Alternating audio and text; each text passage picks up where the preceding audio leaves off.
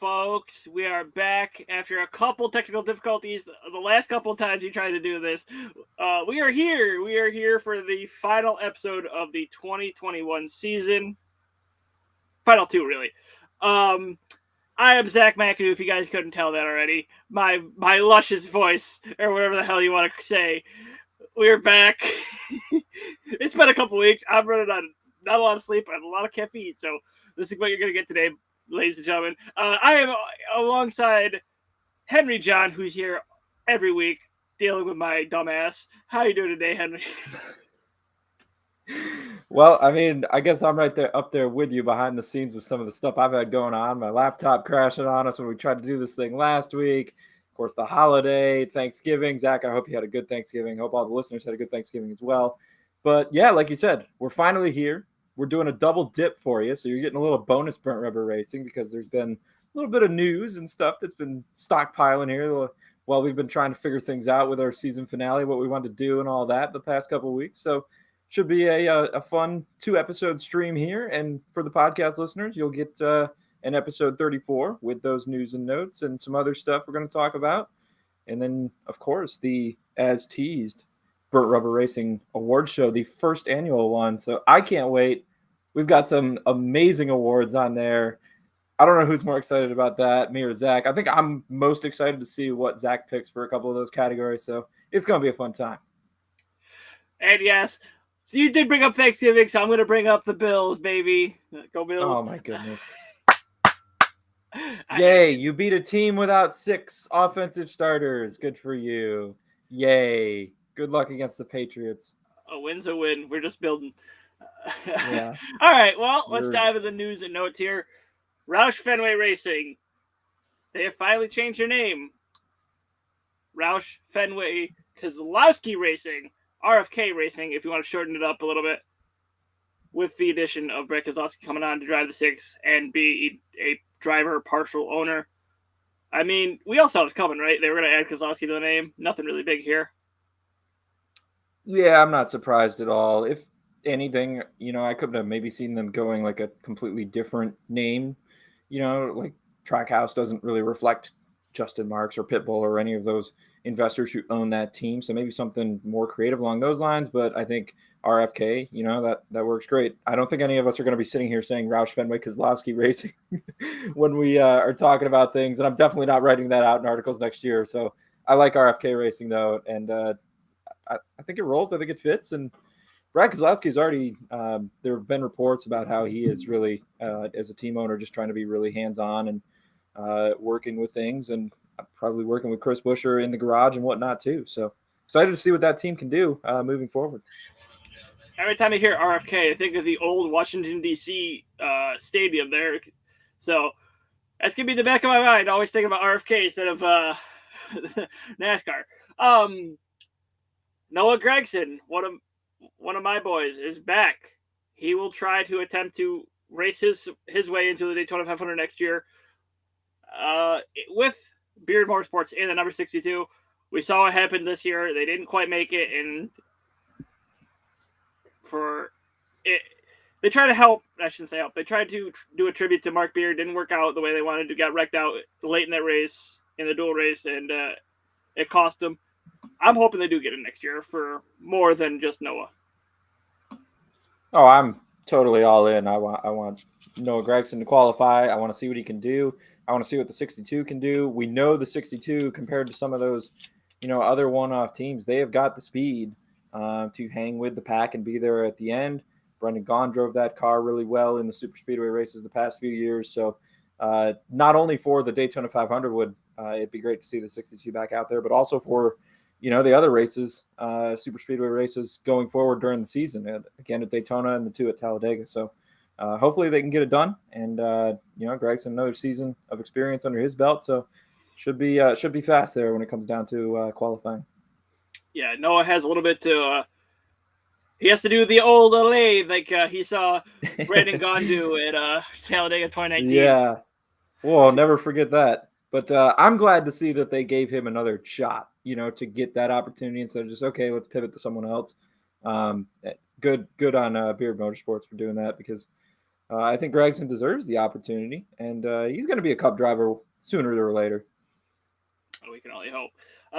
Spire Oh, he Motorsports. will. They are fielding a truck team next year, driver and team, and the rest of the team, including the number to be announced later.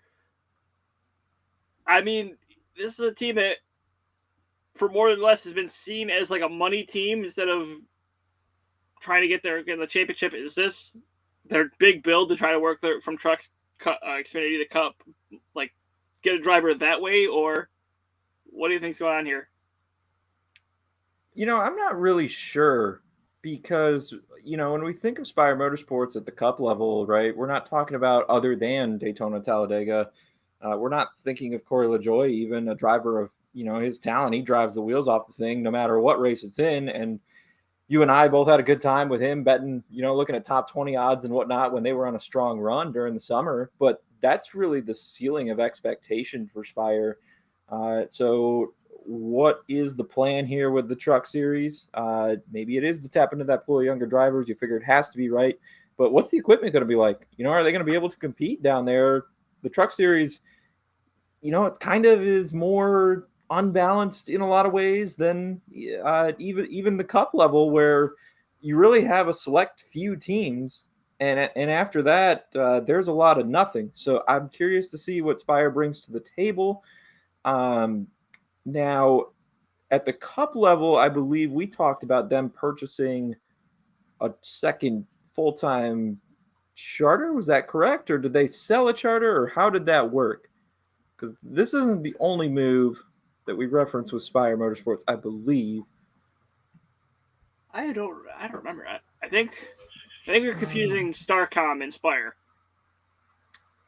Maybe, I don't know. I guess I would have to go back on that, but what are your thoughts on the truck move? Do you think it is a good expansion for them? Do you think it's pointless for a team that doesn't really seem to be pumping in quite the resources they need at the Cup level? Like, what is their ultimate game plan here? If they're going out there to try to win a truck championship, I'm all for it. If they're just out there to log laps, get that last place money, I'm going to be a little upset because it's not right. As he's going to go take care of his dog. I'm going to keep going here for now. 2 crew chiefs have been announced for two new teams next year. We have Billy Scott. He will be the crew chief of the number 45, and Kurt Busch starting next year. And Jeremy Donnelly will take over for the 94, and Ty Dillon. Billy Scott back with, I'm pretty sure he was with Kurt Busch before. Is this a winning combination going forward? Hard telling, man.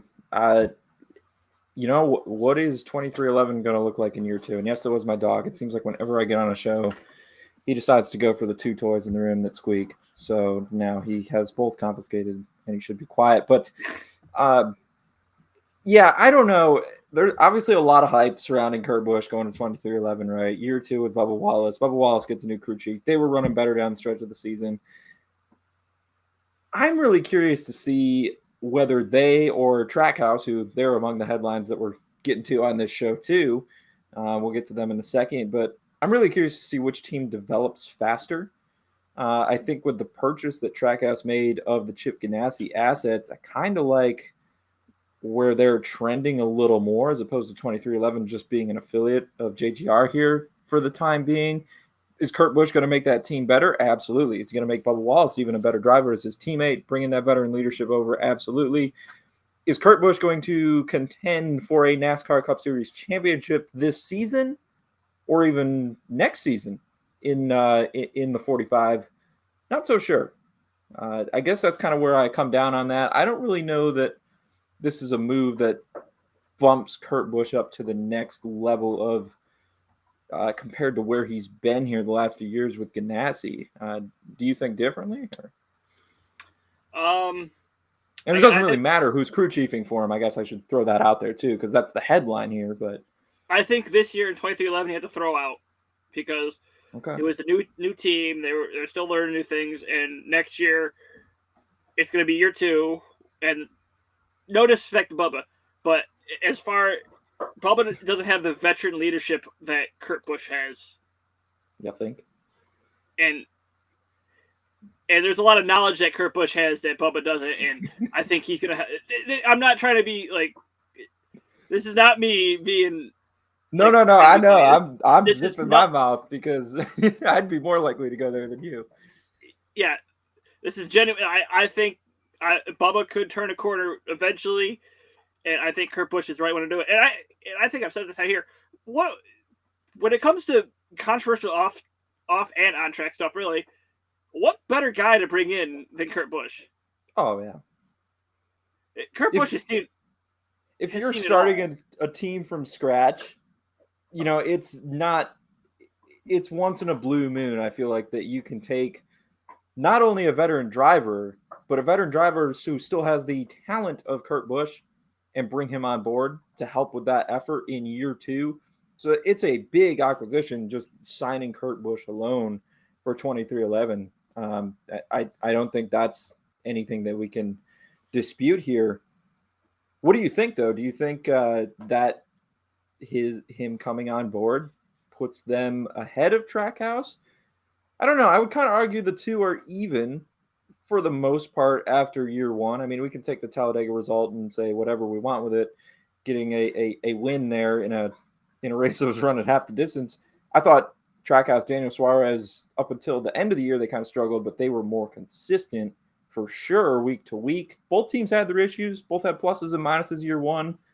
I don't know. Do you see one of them taking a step forward compared to the other in year 2? Because that's going to be something I'm fascinated to watch next year, honestly.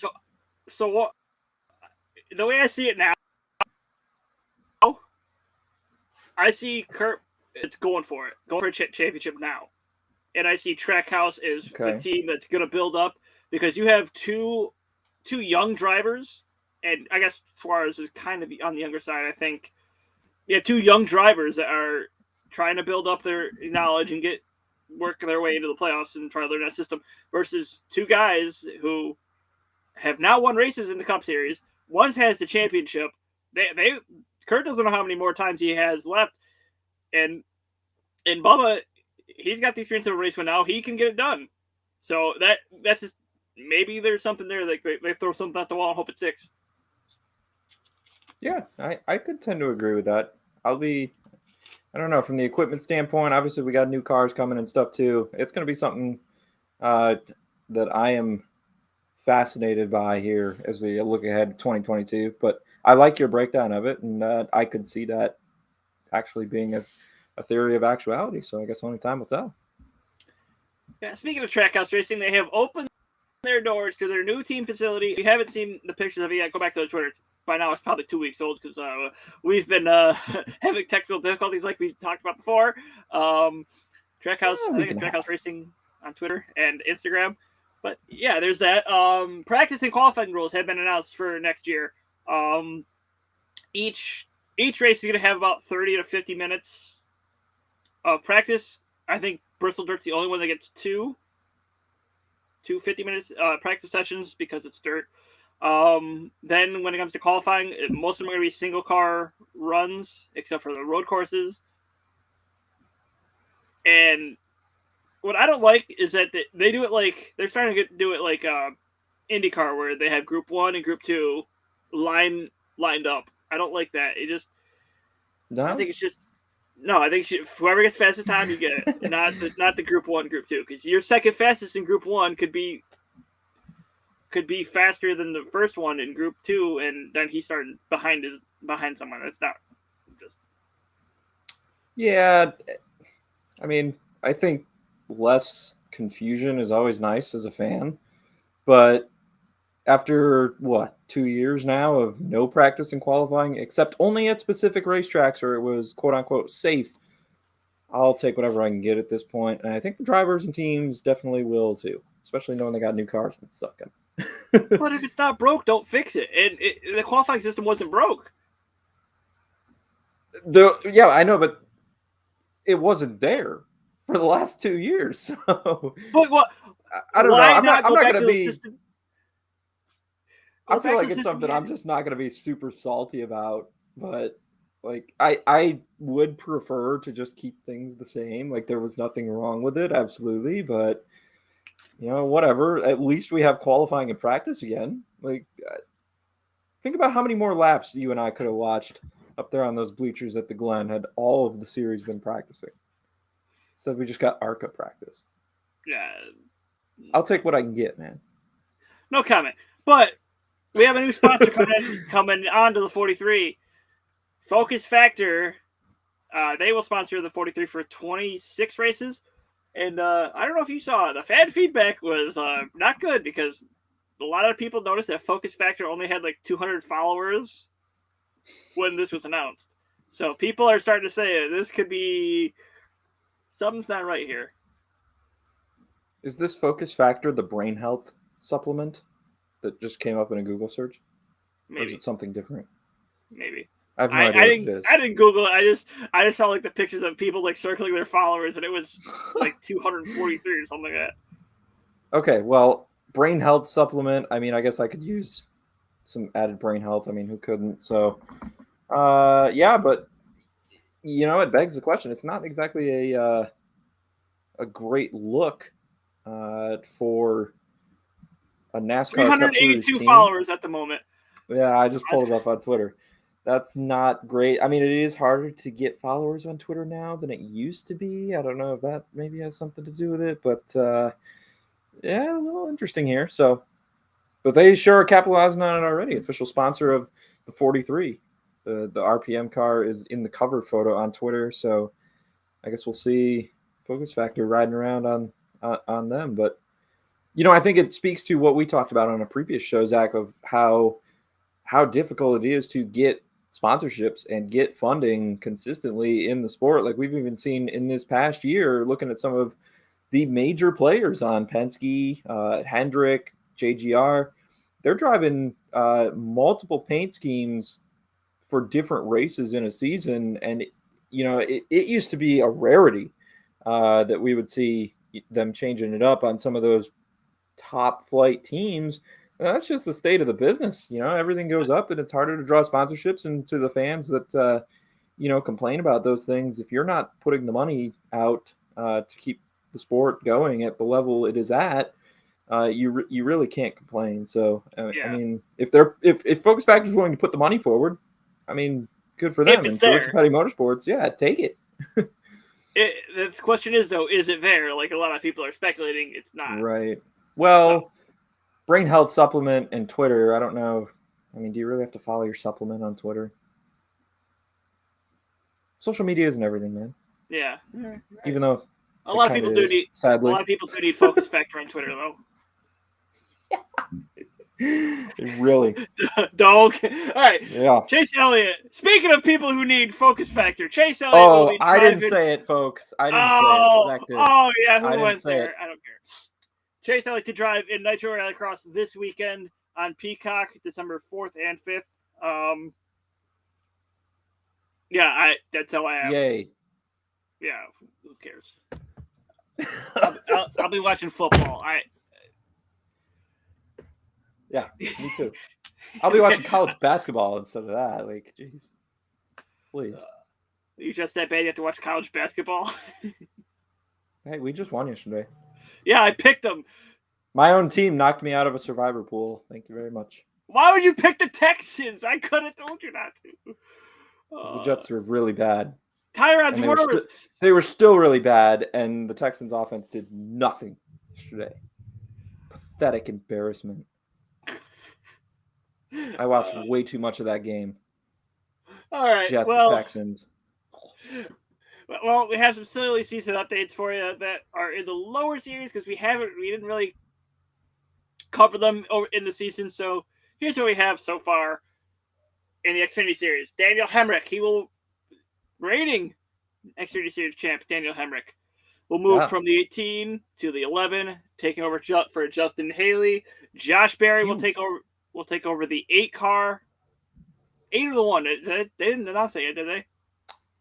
They said the 8. The 1 is still potentially for your boy Sam Mayer, actually. Yeah, I don't like how you say my boy. Junior needs to find the contract and burn it. Myatt Snyder, he takes over the 31 for Jordan Anderson Racing, as Sheldon Creed and Austin Hill will take over in the RCR cars full time next year. Go Creed.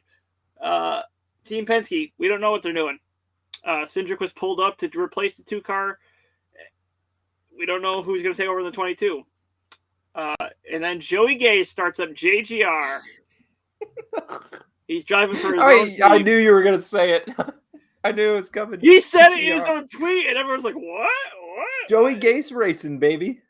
I mean, shoot, if you're getting the crap he's getting trying to drive for Petty Ware or Rick Petty or whatever he's doing, I mean, why not? Rick Ware, what are they doing? I don't know. He drove for a bunch of teams. I think he drove for MBM at one point this year too. But, I mean, yeah, so the big Xfinity Series, I think silly season free agency, whatever you want to call it, update that stands out to me is obviously colleague landing Daniel Hemrick. You're going to pull up Justin Haley to drive a full-time Cup car for you. They're foraying into the NASCAR Cup Series full-time. And then you are able to go out and land the reigning Xfinity Series champion to take over the car. He's been driving at the Xfinity level. He's still got the dinger in there, driving full-time at Xfinity. He's going to do some part-time at the Cup. And you got Jeb Burton. He's back, right? So I don't know. I mean, I love that. Yes, he is back. So I love that signing for colleague. They signed him before he was a champion, though. That was the thing. It was known he was leaving the 18 before then. Well, it's still okay. And now he's a champion, so the resume just looks even better. You got a former champion coming in. I like to think that the champion next year will come out of colleague racing, seeing that, like you said, the Team Penske, they don't know what they're doing with the 22. What is Joe Gibbs, the other JGR, going to do now? Because, looking at the breakdown that they have of it right now, obviously you've got the 20 sitting open. You've got the 22 sitting open because Harrison Burton jumped to the Cup Series. Penske poaching him away from Toyota. So the 20 should be Ty Gibbs. You would Ty Gibbs think is going full time. I thought the 54 though is the other car there that they've got sitting there. Ty Gibbs, I think, is going full time, but which one is he going to drive? So and then the one car, to your point, Josh Berry is locked into the 8, at least according to the chart that I've been referencing when we've been setting up what we want to talk about. That's over on NASCAR.com, and then the 1 is not filled yet, but obviously Michael Annette's retiring, and Sam Mayer is committed to a full-time ride. So, yeah, I know you can't wait to see more of him. But yeah, I can't wait. Do you like Hemrick to colleague or teammates? Yeah, do you like Hemrick to colleague, or does something else stand out to you? The RCR moves too. I like both of those. I mean, obviously both coming up from the Truck Series. There'll be probably a learning curve jumping up a level, but I think they're getting 2 really good drivers there. Yeah. I think Sheldon Creed will do better than Austin Hill, hopefully. Mm-hmm. And I do like Josh Berry. I think Josh Berry, Josh Berry could have made a big wave in the playoffs this year if he was full time. Getting that first win at Martinsville, getting a win at Vegas. Yeah, it was Vegas. I mean, I think Junior has something special with him, even though Josh Berry's in his 30s. Yeah, no, I 100% and that's no agree. disrespect, but usually if you're just signing a full-time ride now, you're in your early mid 20s in the Xfinity Series. Okay, I mean, who are we to say you can't get it done? Jump it in there in your 30s. I mean, this guy going out on a whim, just getting some part-time spot starts.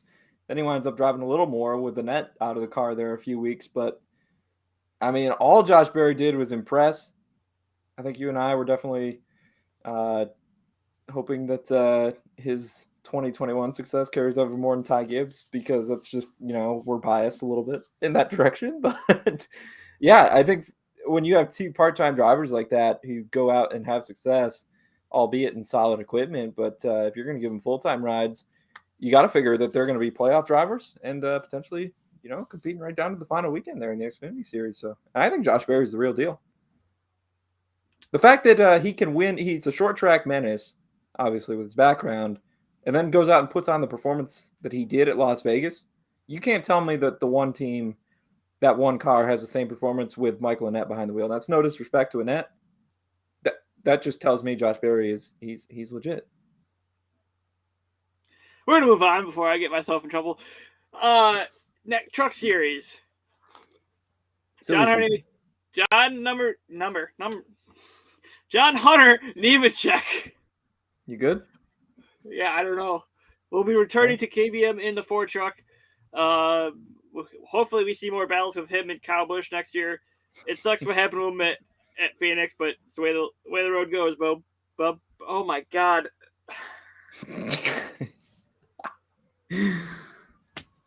We've been hold it together. Do you like this move?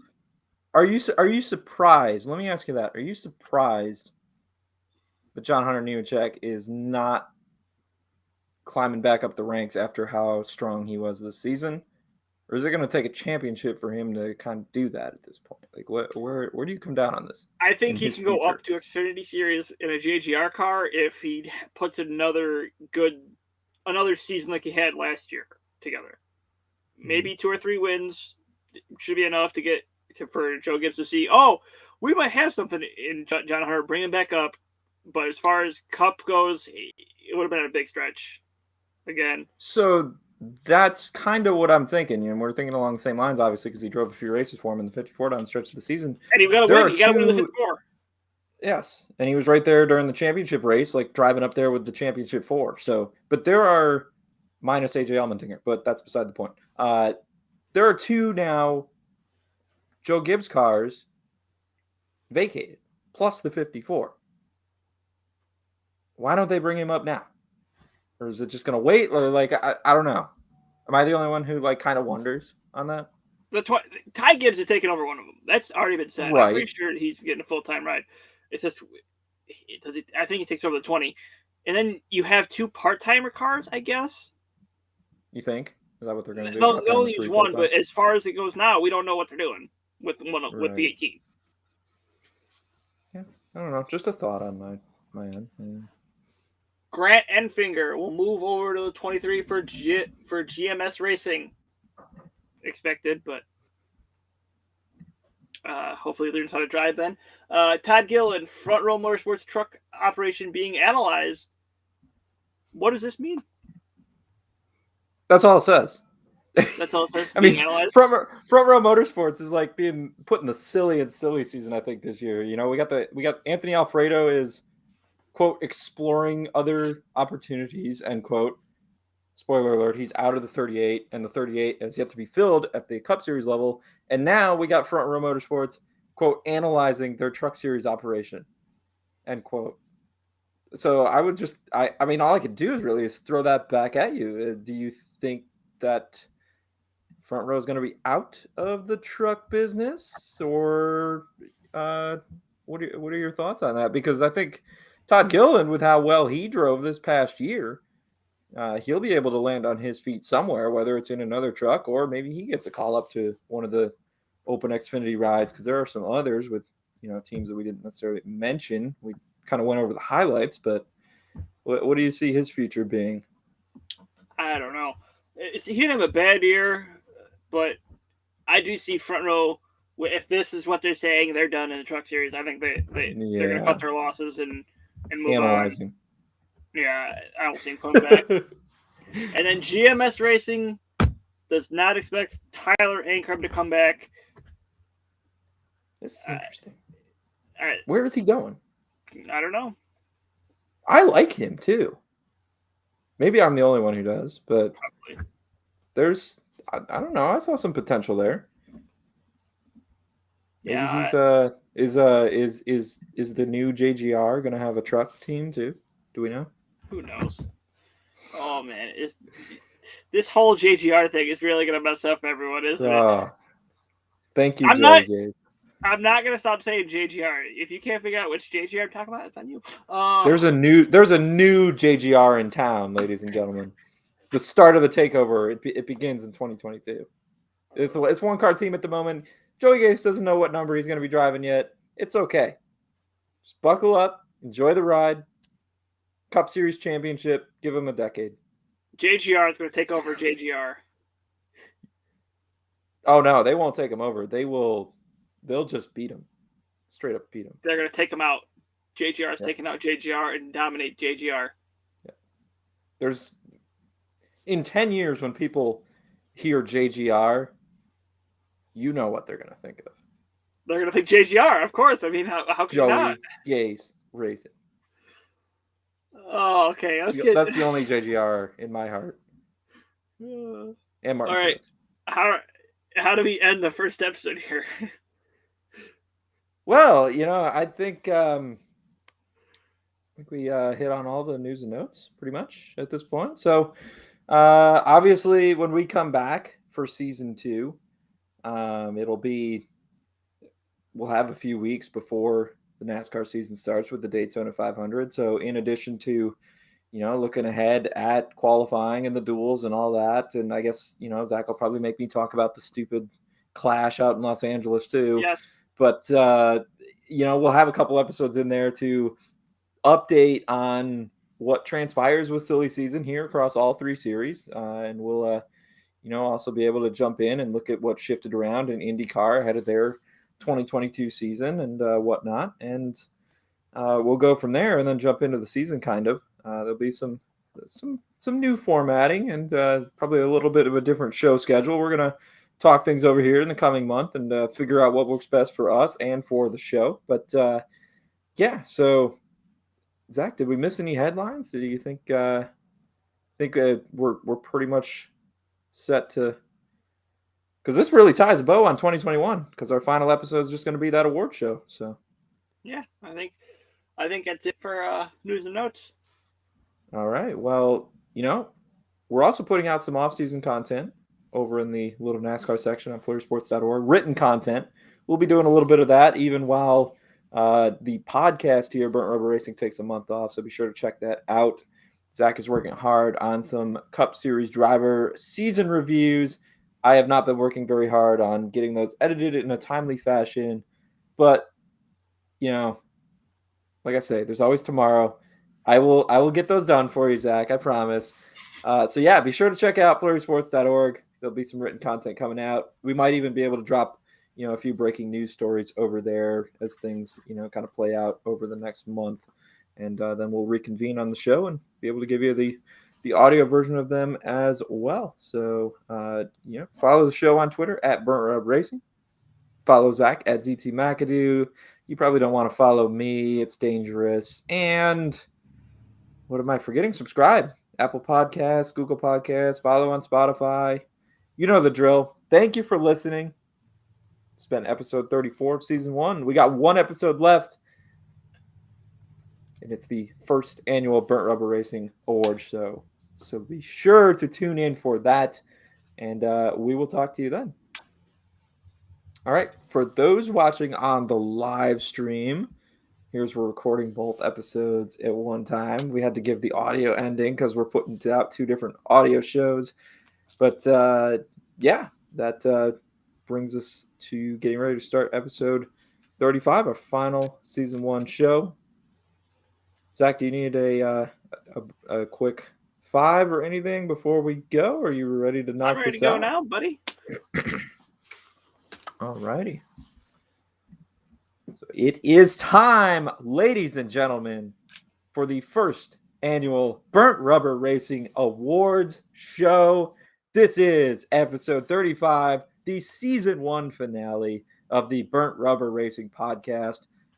I guess my intro must have been good because my new buddy, the dog down there, Harold, he looked at me when I read that off. But I am Henry John. I am thrilled to be joined on the Burnt Rubber Racing Awards show by my co-host and good friend, Mr. Zach McAdoo. Zach, how are you doing? Are you ready to hand out some hardware?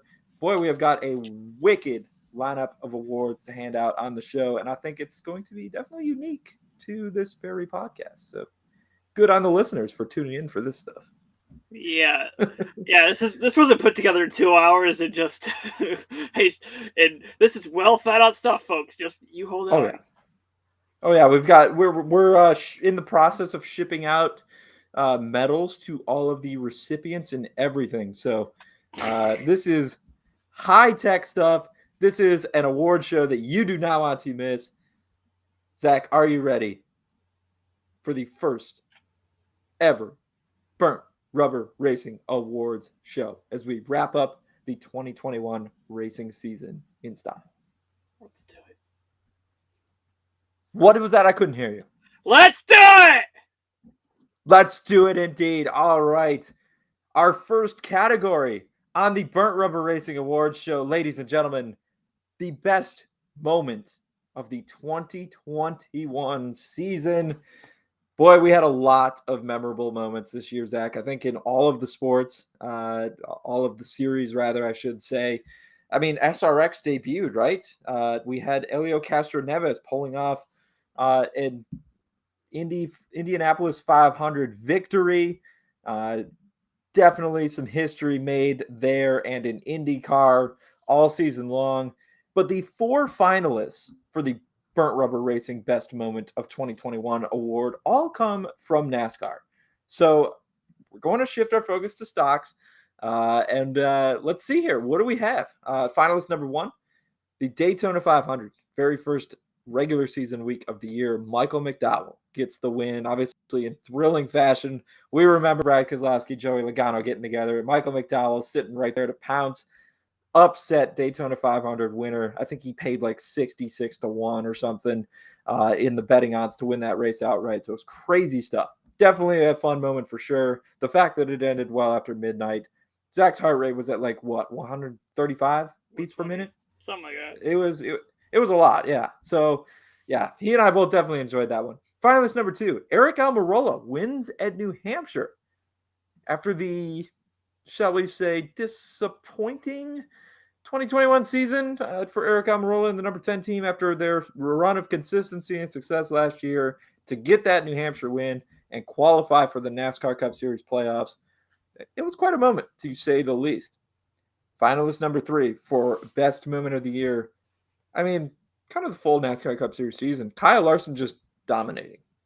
It was a lot of moments all in one, but it definitely was a moment. Kyle Larson made a big statement this year on his way to 10 wins in the NASCAR Cup Series championship. Finally, Daniel Hemrick winning his first ever NASCAR National Series race the final week of the season.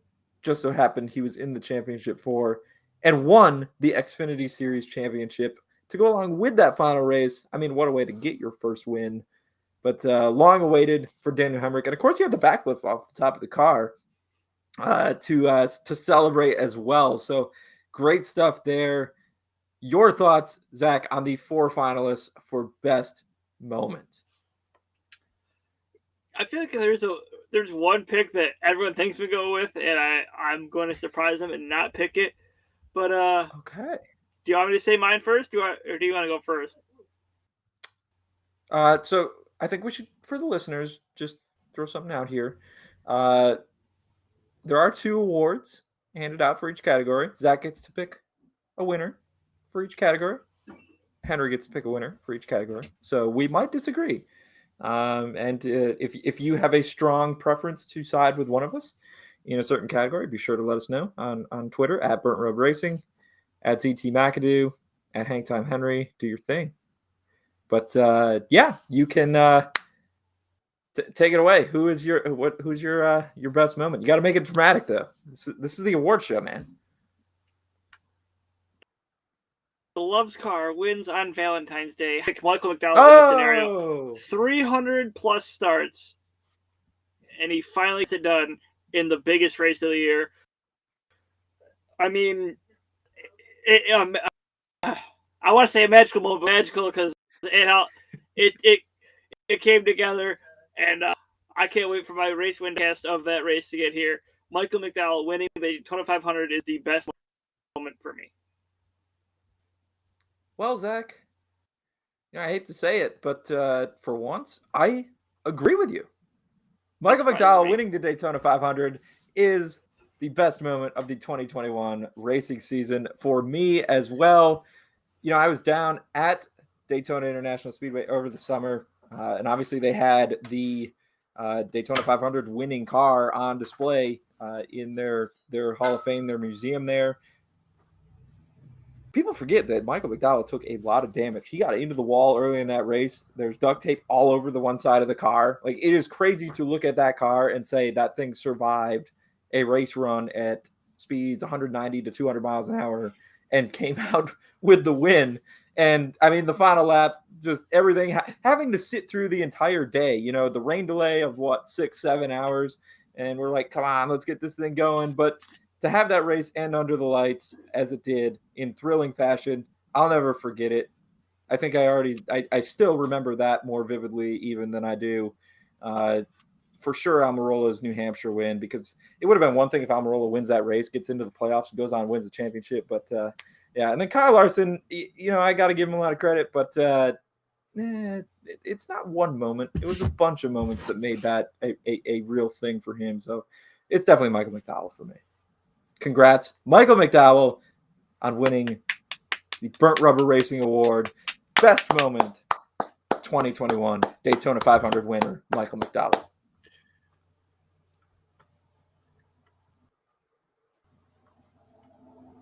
Am I doing the next one? Yeah, to present our second award category, I turn it over to my co-host, Zach McAdoo.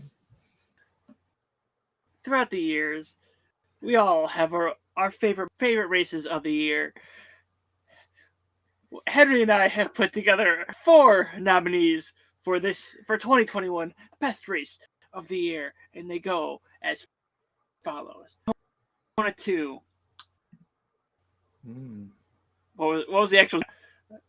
Coke Zero Sugar 400. Thank you. Sugar, who cares? Martinsville, the second Martinsville race, the second Bristol race, and then we have the Indianapolis 500. Henry, take it away.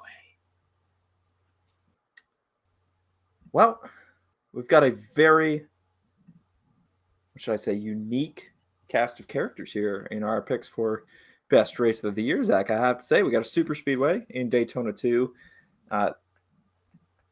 Definitely a thrilling finish to that one. They didn't even quite make it all the way back around to take the checkered flag because of the last lap wreck. It was the final cutoff before the playoffs. So obviously you had guys going for that win, trying to get that last playoff spot. Chaos throughout the night. Martinsville 2, of course, that was the cutoff going into the championship 4. And obviously that was recent enough that we all remember the drama that ensued there. Bristol 2, the night race. I mean, we're going to get on to the feud that ensued there later on. But, yeah, the Bass Pro Shops night race. Obviously, Chase Elliott and Kevin Harvick got into it a little bit. And the Indianapolis 500, which I mentioned off the top when we were getting into the best moments. Helio Castroneves making some history, tying for the most all-time wins by a driver in the Indy 500. That was a thrilling race right down to the wire, too. You had passes late. What did Castroneves make the winning pass with? Probably, just a few laps to go. There were less than 10. So a lot of close finishes there. Any other things you wanted to say about these fine nominees in this category? No, I think I'll let you go first. All right, you got to introduce them better next time when you're hosting the category. I can't be doing all this. All right. My pick for the Burnt Rubber Racing Best Race of the Year award. It's Daytona 2, the Coke Zero Sugar 400. Zach, I'm a little biased, though. I was present. I was in the stands at that race, and it was beyond phenomenal just being there, taking all of that in. We had a little bit of everything that night. I mean, you can't give me a best race of the year and put one in there that I was there at a super speedway. Like, that's all I have to say. Ryan Blaney winning the Coke Zero Sugar 400, going into the playoffs with that momentum. But, you had guys like Daniel Suarez, Ross Chastain. I was stoked late because Ross Chastain got into the wall early in that race And here he was up leading late, trying to get that playoff spot. Corey LaJoie was in the mix to get that playoff spot. Chase Elliott threw a bad block, and I know all the Chase Elliott fans are going to say it was Matt DiBenedetto's fault, but Matt DiBenedetto was there trying to get that playoff spot and save his ride. None of it all worked out, but it was thrilling. It's my best race of the year. When you're there, I mean, I feel like you understand. Yeah. Although, like, there are some races I was at, and I was like, this summer, 2017 Watkins Glen. Yeah, true. We're at Daytona, though. Yeah.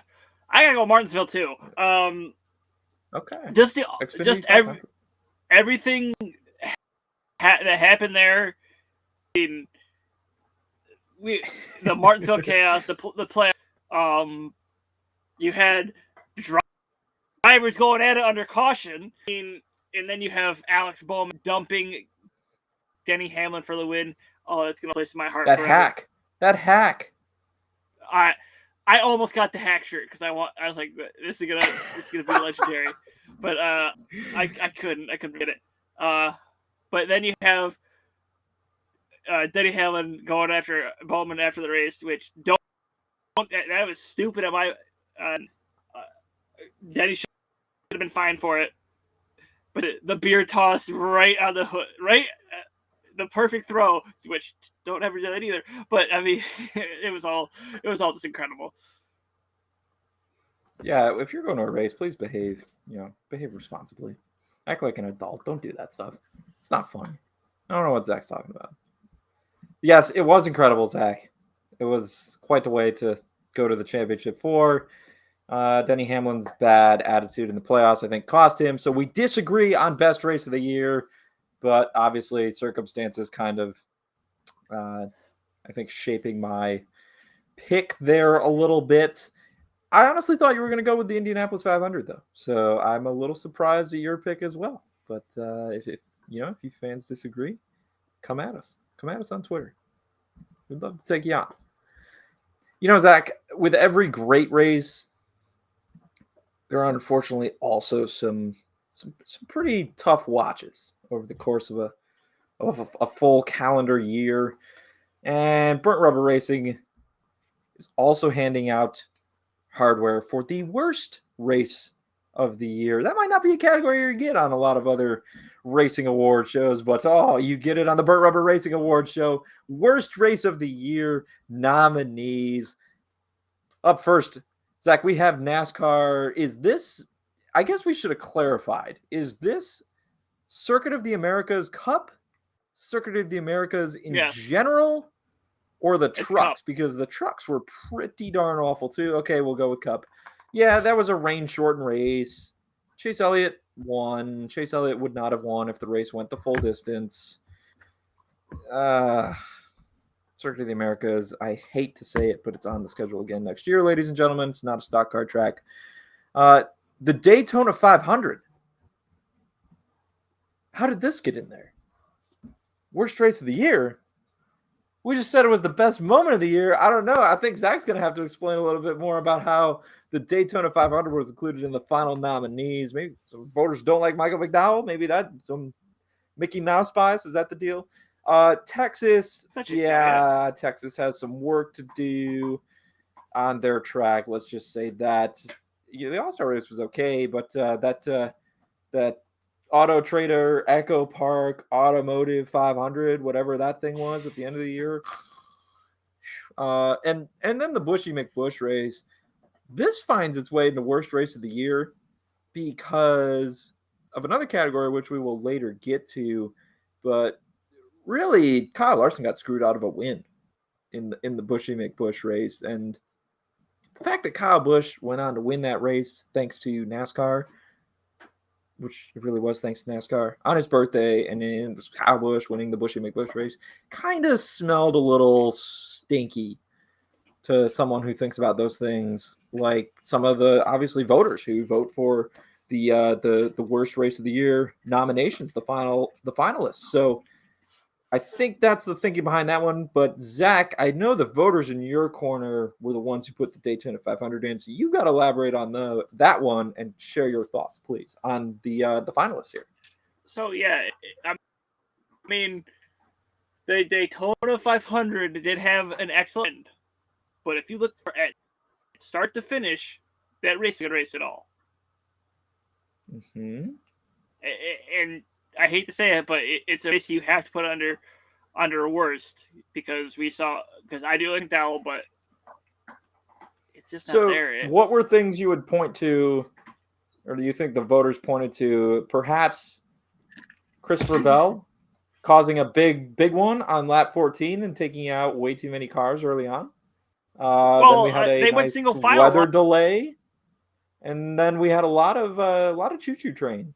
Yeah, you had a lot resumed. of I'll give you single file racing after the big one to save themselves. So I mean, yep. Okay. Sure. Is it going to win worst race of the year, though? No, COTA. Absolute poop show. And NASCAR proved that they can't handle themselves in these situations. You think wrong there. And absolute mess from beginning to race end. And is in quotes because it shouldn't have ended when it did.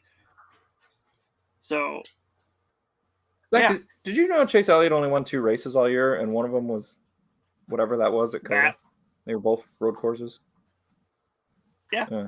I just wanted to throw that out there. Yes, Circuit of the Americas was a disaster. I even had to ask you which race specifically we were talking about because the entire weekend was that bad. What was the truck race at Circuit of the Americas? They were going so slow and there was so little action that I could not finish the race. I couldn't finish watching it. I recorded it. I was like, I'll come back to it later. You couldn't do it. It's like watching paint dry, man. Circuit of the Americas, get it off the NASCAR schedule. And then with the weather situation and all of that, I mean, I know you think it's going to be better next year because it's fun on the video game. And Marty says, give it another chance. When we had him on as the guest back around then. I think it was the COTA recap show that he came on with us. But what a nightmare debut for Circuit of the Americas in NASCAR. Let's just say that.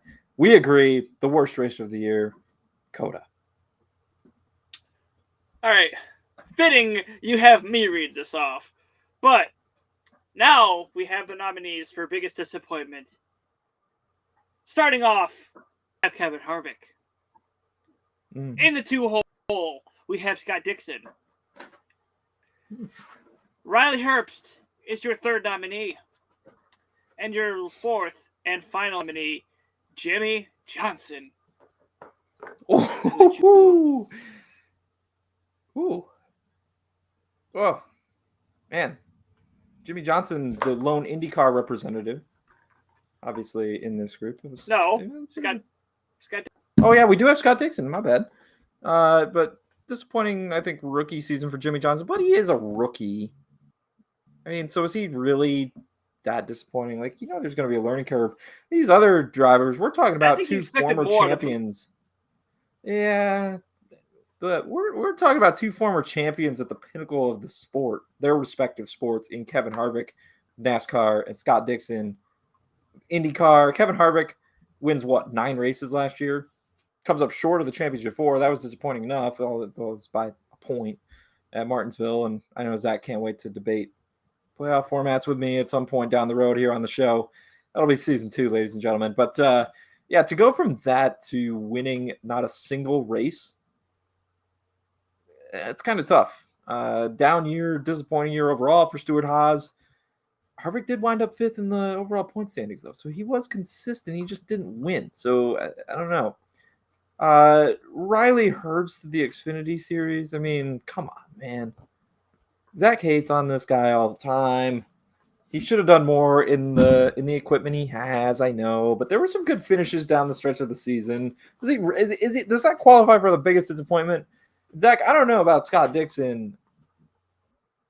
What are we setting his bar at now? Is it championships, or why do you think the voters put him in here as a finalist for biggest disappointment?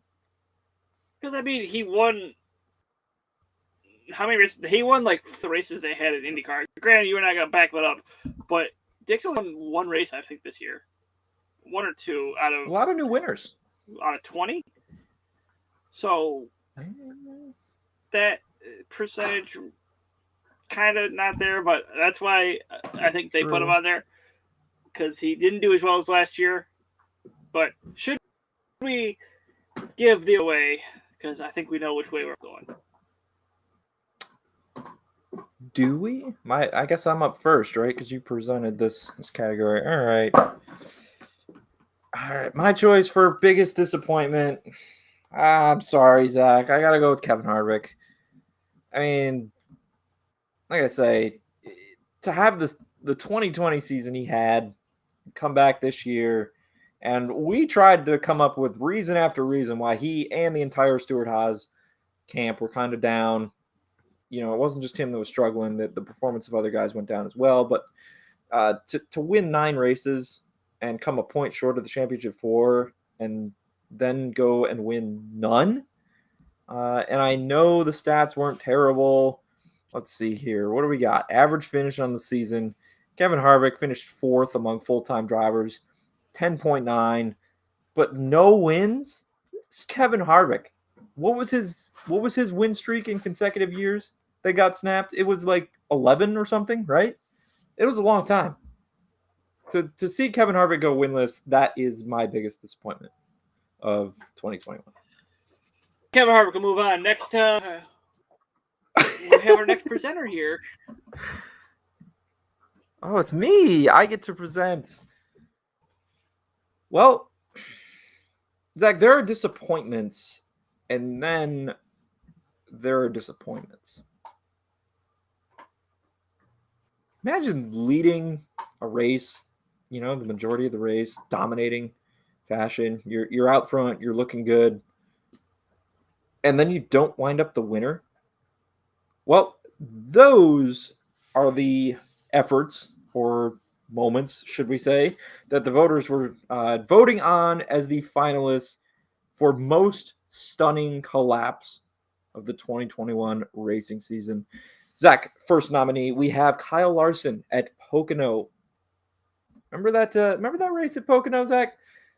Kyle Larson, he's looking good, and in the very last lap, back end of the tricky triangle, down goes the tire, into the wall goes Larson. Teammate Alex Bowman goes by. Larson should have had 11 wins this year. I mean, let's be honest. He should have had more, because nominee number 2 is Kyle Larson at Atlanta.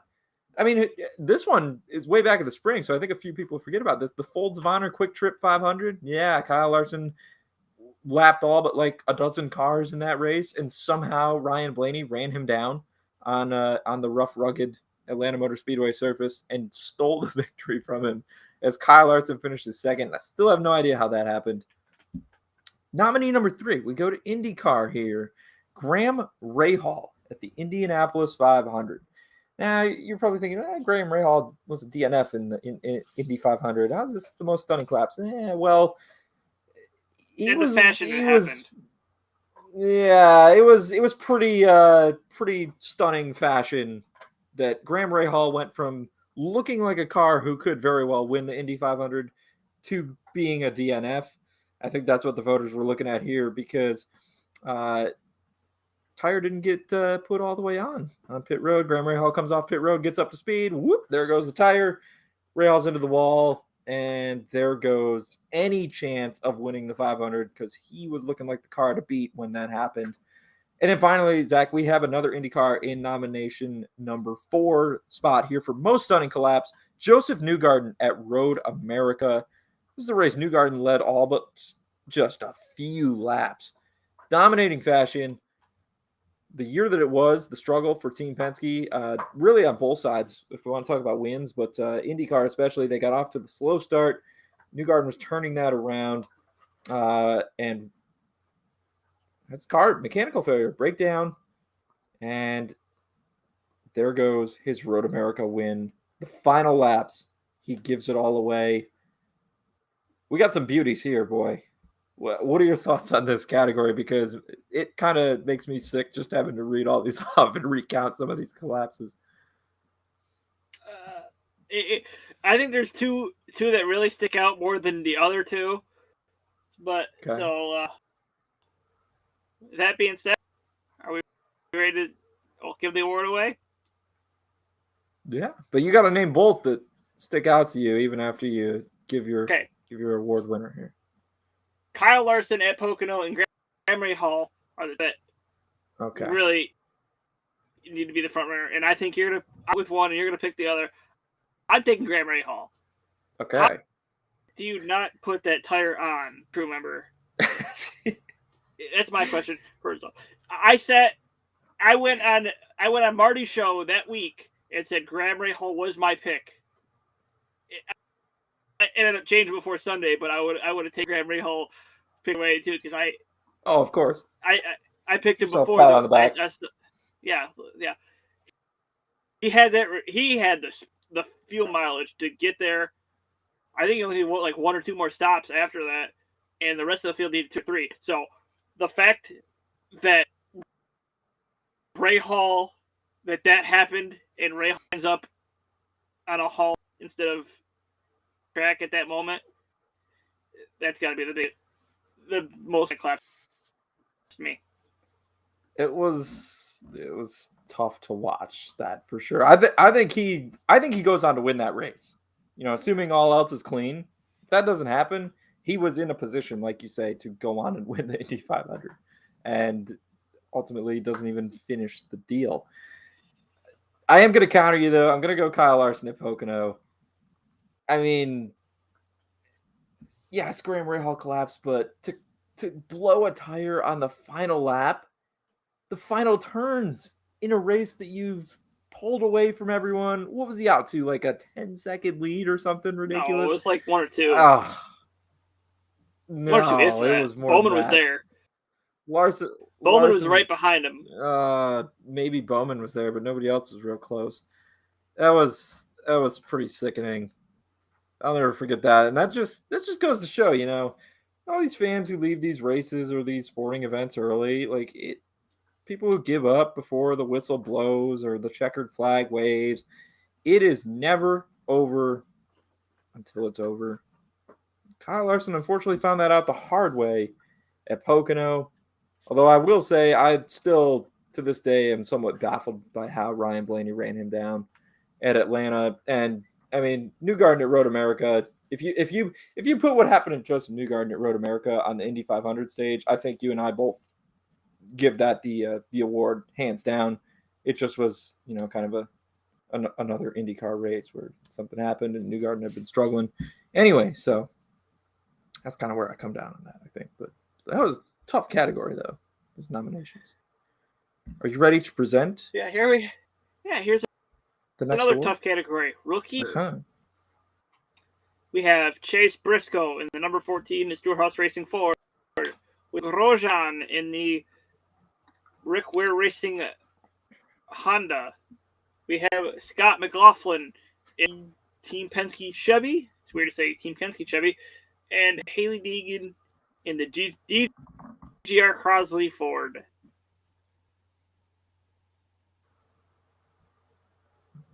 Yeah. Do you want to recap? Do you want to give some insight on these guys or no?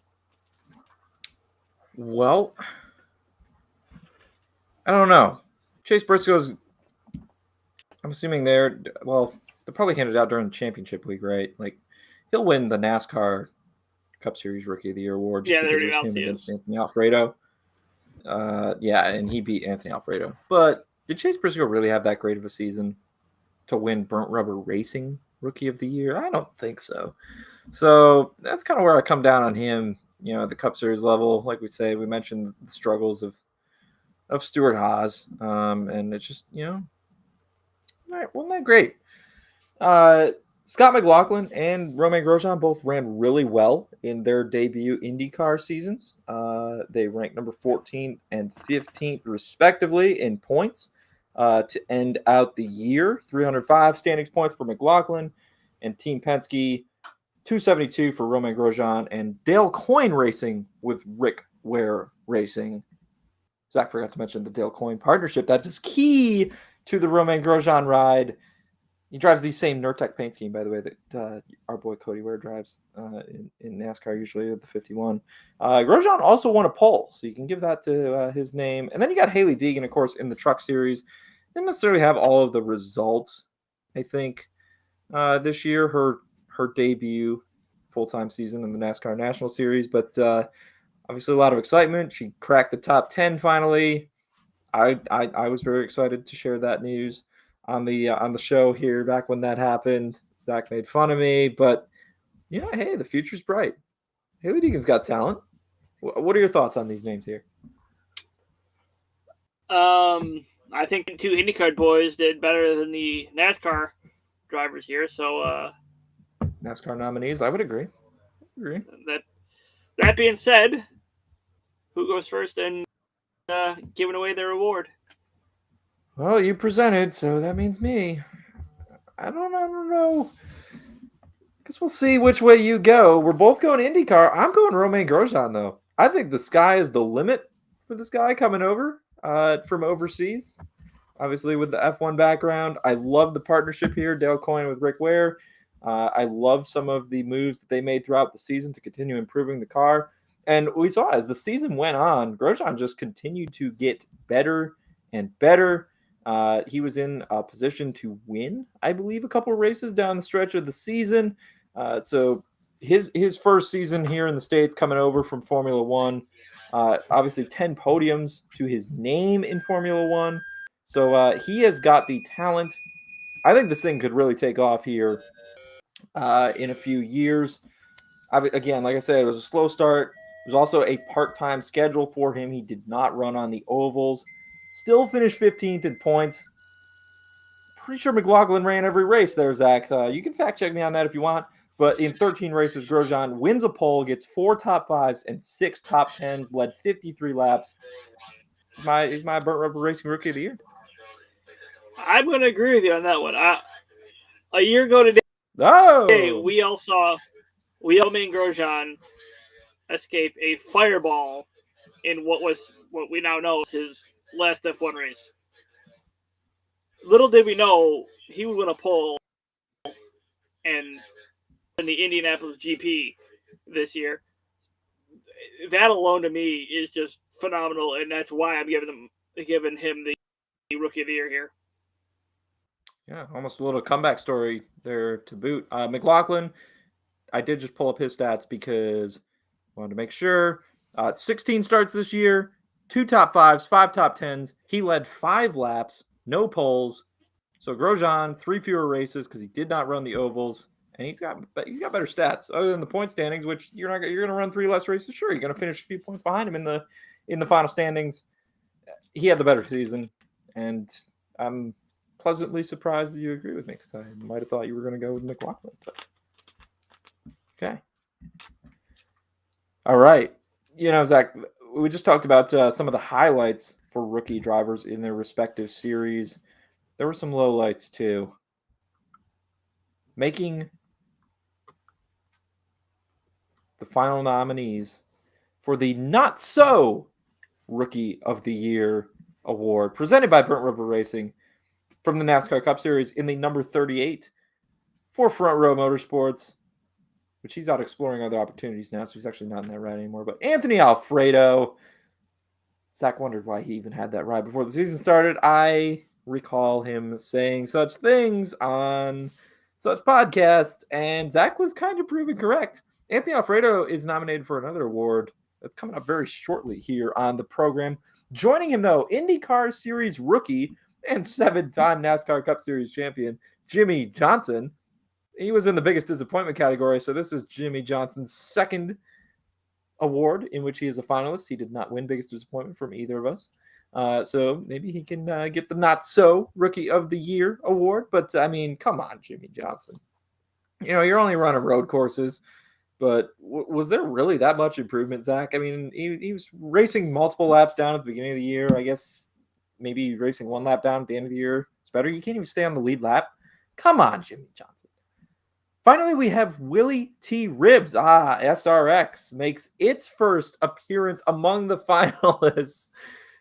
I mean, part of me laughs that the voters named Willie T. Ribbs a finalist for this, but he was a SRX rookie because it was SRX's first season, and boy, was he was not so. He would not have won any Rookie of the Year awards if SRX was handing those out. Zach, your insight on this list here. This is. Let's see. Anthony Alfredo wrecked just about every race. Jimmy Johnson couldn't stay in the lead lap in IndyCar, and Willie T. Ribbs couldn't finish top 10 in 5 or 6 SRX races where there was only 12 drivers at the start. So all three of these deserve to be in this category. That being said, you know what I'm picking, right? You know, Willie T. Ribbs is my not-so Rookie of the Year. How do you finish top 10 of 6 races where you have 12 drivers? How you finished top 10 was because 2 or 3 drivers wrecked. You're asking me? Or you're asking it's mind-boggling to me. This guy... Tony, if you're listening, I know you're not, but if you are listening, do not give this guy another chance. I think I would do better than him. Oh, man. I don't know. I saw you in those simulators down at the Glen. It was pretty there at the start. That's a road course. That's a road course. The one where you actually had to shift? I don't know. I mean, I can't disagree with that pick at all. But for my not-so Rookie of the Year, it's Jimmy Johnson. Zach, do you remember the very first IndyCar Series race of the season? Barber Motorsports Park. All the broadcast could talk about was Jimmy Johnson coming over from NASCAR, joining IndyCar. IndyCar Twitter, Jimmy Johnson was in the cover photo. Jimmy Johnson this, Jimmy Johnson that. Guess what? He was completely one-upped by both, not only Romain Grosjean, who we both just reminisced the season he had running on a part-time schedule like Jimmy Johnson did. He didn't run the ovals. But Scott McLaughlin was better than him too. Jimmy Johnson was absolutely awful. I don't know that he had more than a couple lead lap finishes this year. There were times when he would crash and couldn't restart the car. Finishes 26th in points, a whopping 108 points for Jimmy Johnson. It's not like equipment was an issue here. He's driving for Chip Ganassi, who, oh, by the way, had the series champion. Look at the names he's around in points. Let's see here. Max Chilton finished just ahead of him with 134 points. We're talking about a guy who, Max Chilton, ran 12 races. So that's one fewer than Jimmy Johnson. Ed Carpenter finished 1 point behind him, Zach. Ed Carpenter, 4 starts in IndyCar this season. Tony Kanaan was 12 points behind Jimmy Johnson in the final standings. You know how many races Tony Kanaan raced? 4. That's right. He raced on the ovals. That's it. Because he was racing Jimmy Johnson's car on the ovals. Tony Kanaan had 12 fewer points in 4 races in the same car that Jimmy Johnson drove in 13 races. 12 fewer points. That's awful. And with all of the hype that was surrounding 7-time goes to IndyCar coming into the season, he's my not so Rookie of the Year.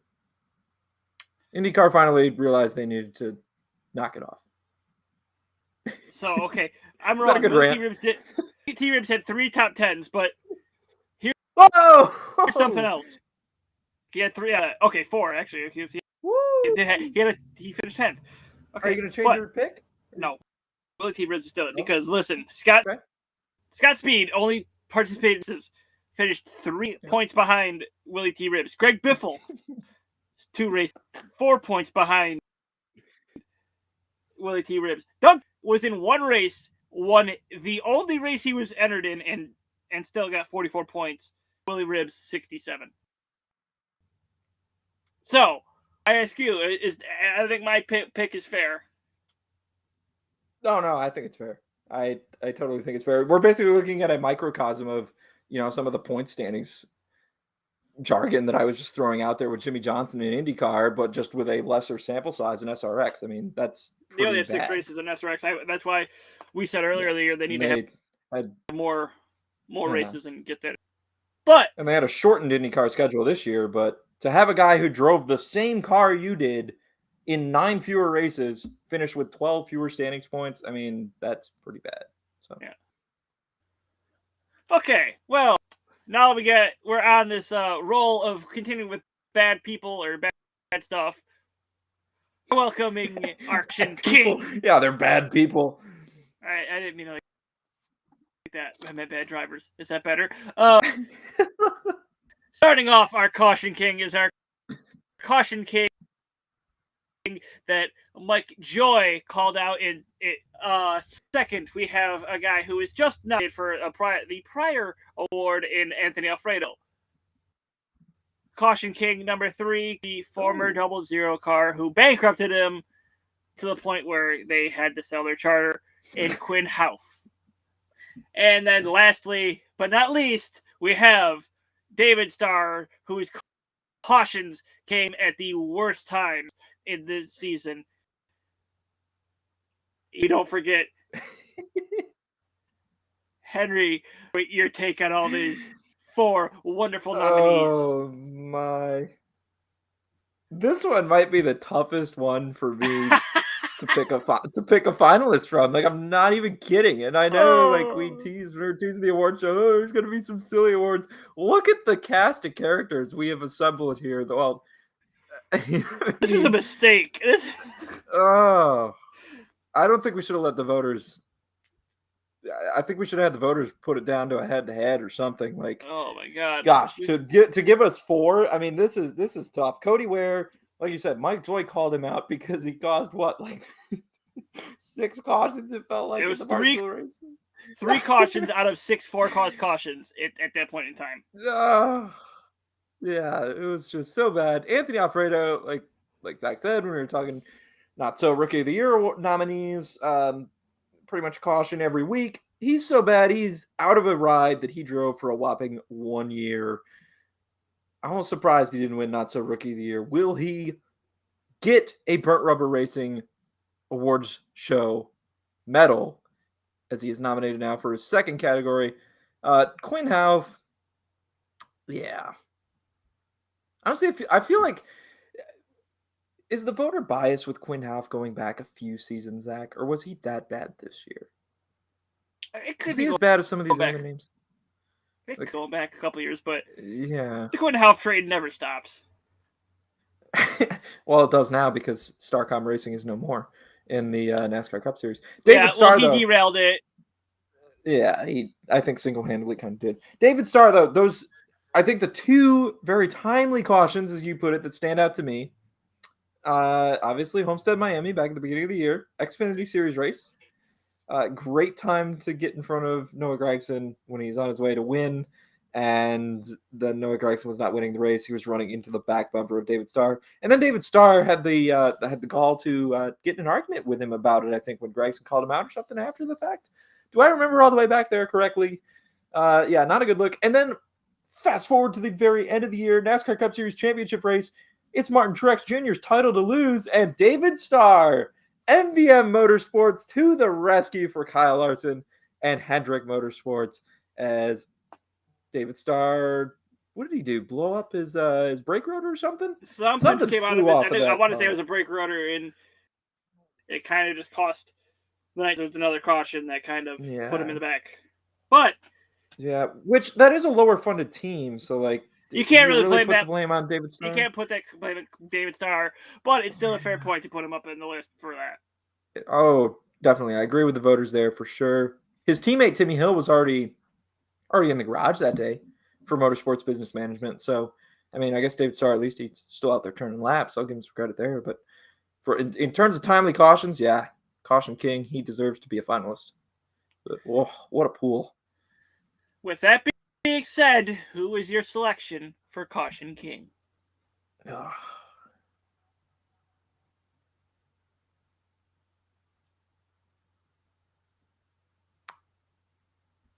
You know what?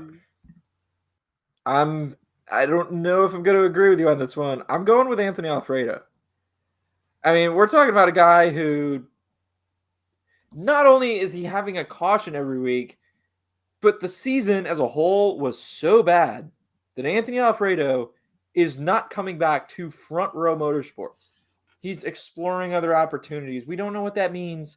He's not coming back to this ride. He held it for 1 year and he showed them absolutely no promise. But Zach, here's the kicker for me. Here's why Anthony Alfredo is my pick for Burnt Rubber Racing Caution King, okay? We got toward the end of the year. He's having cautions in every race. He's having incidents. I mean, that was kind of pretty much most races all year. He was blaming other drivers. He started blaming other drivers for his stuff his wrecks down the stretch of the season. I mean, it doesn't get any better than that. I don't think. I mean, Quinn Houff got into it with somebody, right? Like Bilicki, maybe. I can't remember exactly what the feud was there.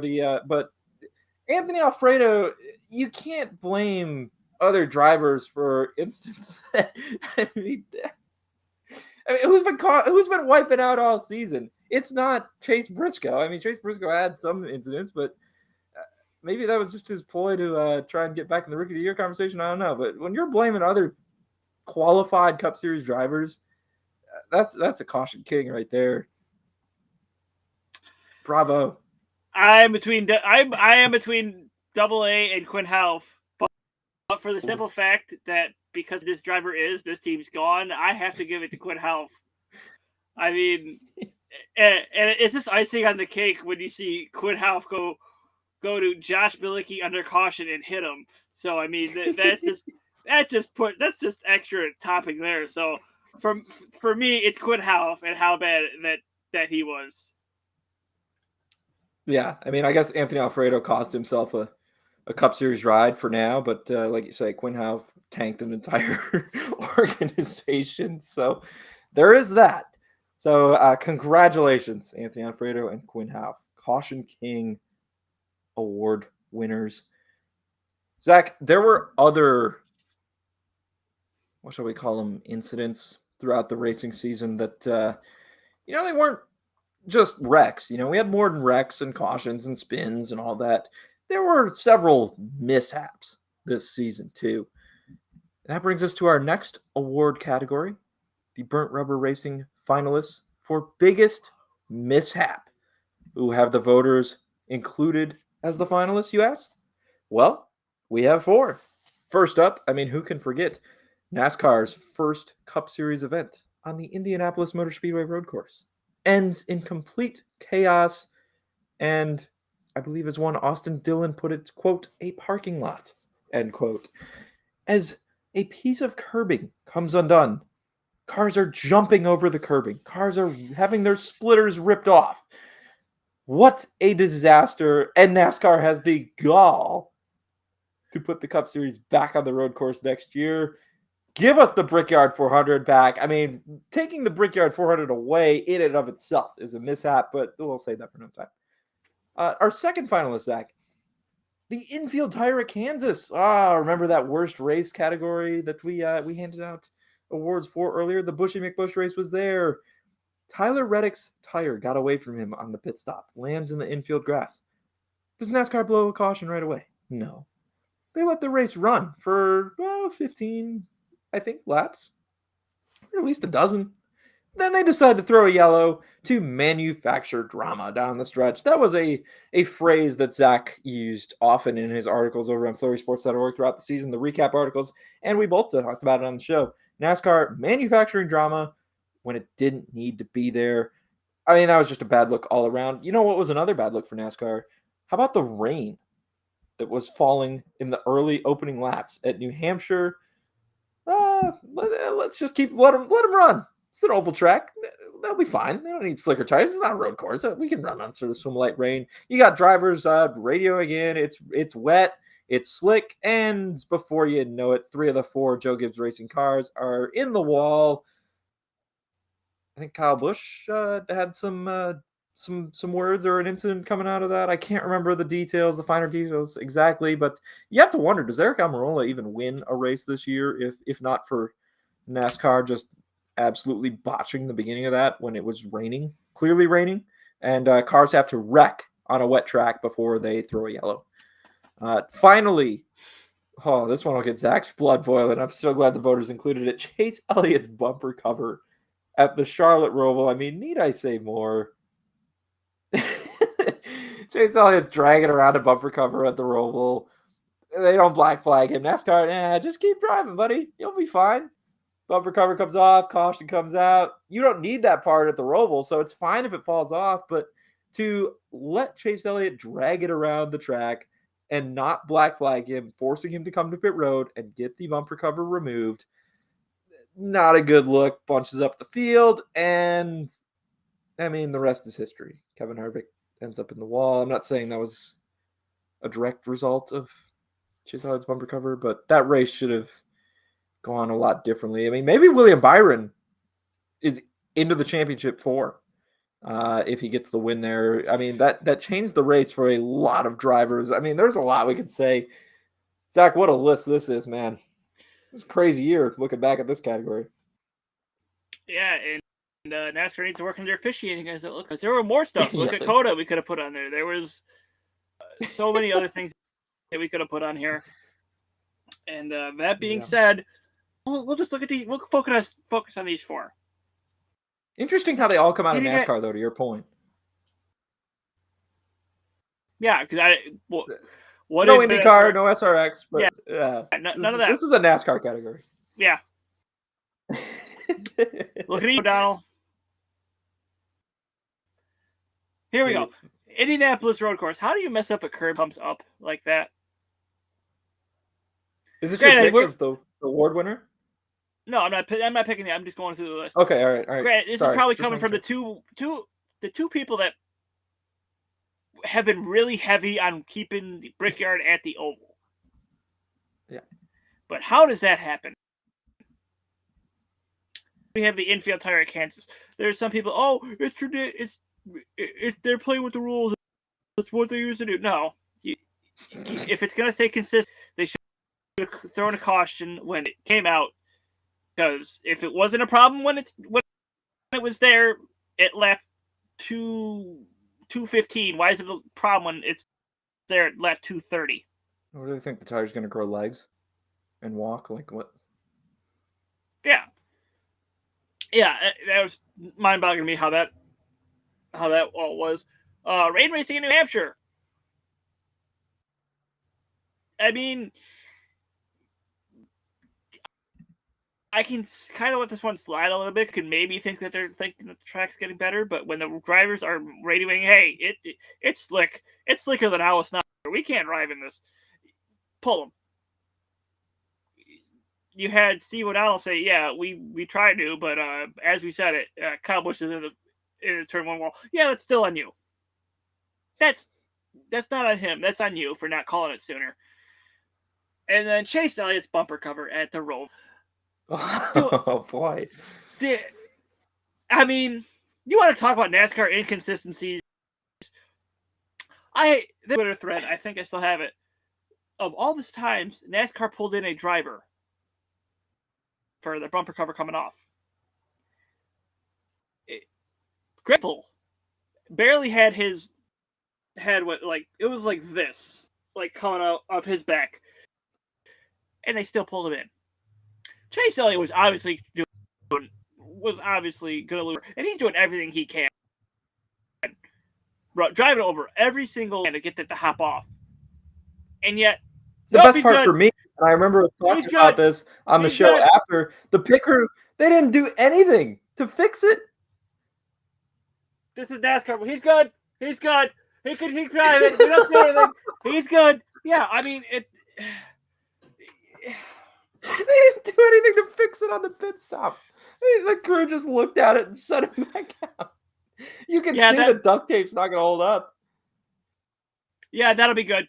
Send him off. Send him off, Jerry. He's good. No, you had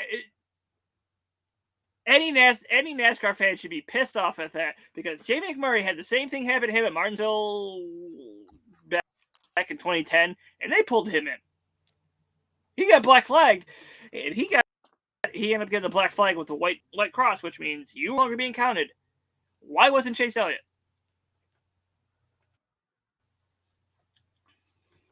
So, that being said, I think we all know where I'm going with this. I think we do. The NASCAR inconsistent Chase Elliott, and when I started talking, I was like, yeah, I was going with the curbing. And the more I started to rant about Chase Elliott, I was like, you know something? No, we're going Chase Elliott here. An on-the-fly switch. Yeah. Hopefully they didn't mail out the medal already to Indianapolis Motor Speedway. They could We'll still have to get get that our on the way interns to on that. Dawsonville. Zach, don't ship them out yet. We have to go give one to the pool room because they know we're doing it.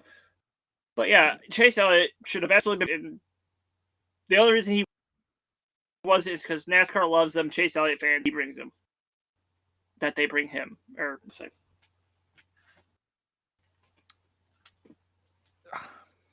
You know,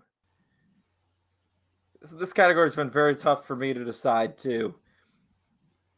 I'm going to agree with you. Maybe a bit surprisingly, that for all the reasons you just discussed, Chase Elliott's the bumper cover at the Roval, that situation was a complete and total mishap. Absolute disgrace the way that played out. Here's why I'm giving it a slight edge over the Indianapolis road course curbing. That's because the curbing turned that race into something none of us had ever seen before. And, I mean, I'm a fan of demolition derbies. It wasn't terrible. At least it was entertaining. AJ Allmendinger wound up winning the race because all that happened. You had the Chase Briscoe, Denny Hamlin drama. That race redeemed itself. I'll give it that. The mishap was putting it on the road course to begin with. For me. So the fact that the curbing did what it did, and NASCAR's still like, oh yeah, let's run the Verizon 250 instead of the Brickyard 400. Really? So I blame NASCAR for that one too. And yeah, I mean, you cannot have what happened at the Roval happening. It was clear and obvious to anyone who is not looking at that situation with blinders on because they are a Chase Elliott fan. And that's kind of where I come down on it. That's the definition of a mishap to me. So the curbing was a blunder, but you need inconsistencies, or you need consistency rather in the sport. And I think that the Roval incident was probably the biggest display of the lack thereof. Although the tire at Kansas was also pretty darn bad. Yeah. You're gonna present. Do I present the next one, or is it you? It's you. I don't remember. It's your turn. I had that long rant. I don't remember anymore. Rants will do that to you. It wasn't even just the one. It was all four of them. It's like, oh god, I'm out of breath and I don't remember where I am. That was a fun category. It was a good one. So, on this show, the two of us, shots, where we will call something right, and it goes on to happen. This happened many times, but there's only 3 finalists for this award. The first one being when he called Junior's first victory of the year when he called it at Phoenix. It's in written form too. You can go back. The second one. There's no written form, but we have played the audio many a times. If not, I think maybe showed it on the show here. It didn't happen on this show, but it still happened. There's still video proof of it happening when I called. But it didn't happen on the show. That wasn't the show. It was our. It didn't happen on the show though. It still counts. Okay, sorry. When I Custer Evans, you were just yelling. Indianapolis 500. How can you not love that? And then we have me putting the exact scenario down for Daniel Hemrick, pointing his way in and beating Austin Cindric to the line to win the chip. Woo! First National Series win, and he scores a championship to go along with it. We laid out the whole script. Zach did, and then we just hopped on board. The next 3 weeks, we were getting hyped up for it. I think you might have backtracked and said, I don't know if he's even going to get in at Martinsville. You like doubted it. That was how invested we both were in it, and here it happens. And to happen in the way it did, I mean, wow. But to call the Indianapolis 500, I mean, that is a shot. That's a big time shot called right there, even if it didn't happen on Burn Rubber Racing. And I mean, my Martin Truex Jr. pick is just a regular season race out there, the old Phoenix. But Truex hadn't won all year. Neither of us had called a race winner correctly yet. at that point in the season. It was early on. There was and 4 races before then. 4 races before then. It. So it wasn't like we went a season-long drought. No, but I'm just saying that early on, that was the first race winner that one of us called this season. And there were others, but the 3 big moments that obviously stuck out to the voters here. I mean, I don't think mine's going to win, and I'm not going to award mine the award on my end either, because so we know which one you're going. Your 2 definitely with, because you already said one of them didn't have on the show, and so I know you're that would be correct. Yeah, Daniel Hemric, Zach Halling, Daniel Hemric.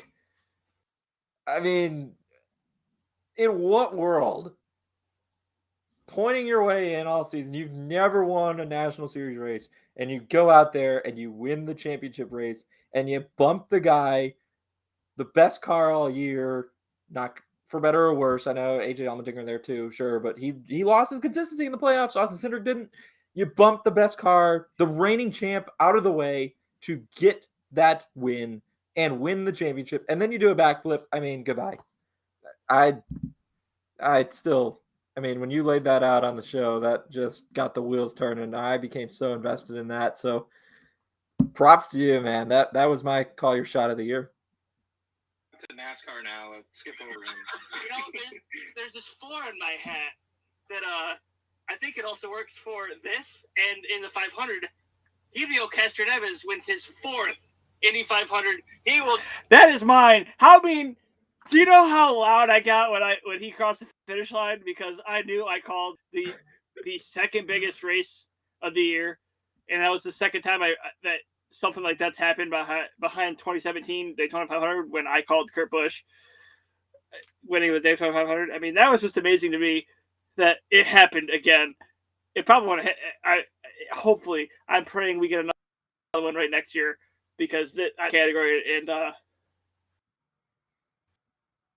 Can I take a little credit for that too? Because I wrote an article, a betting preview on the Indianapolis 500. Yeah, you took him to underdog. I took him to win. Here's my long shot. Yeah, oh, come on. Okay, he was one of 3 guys I had in there at the price. I thought he was.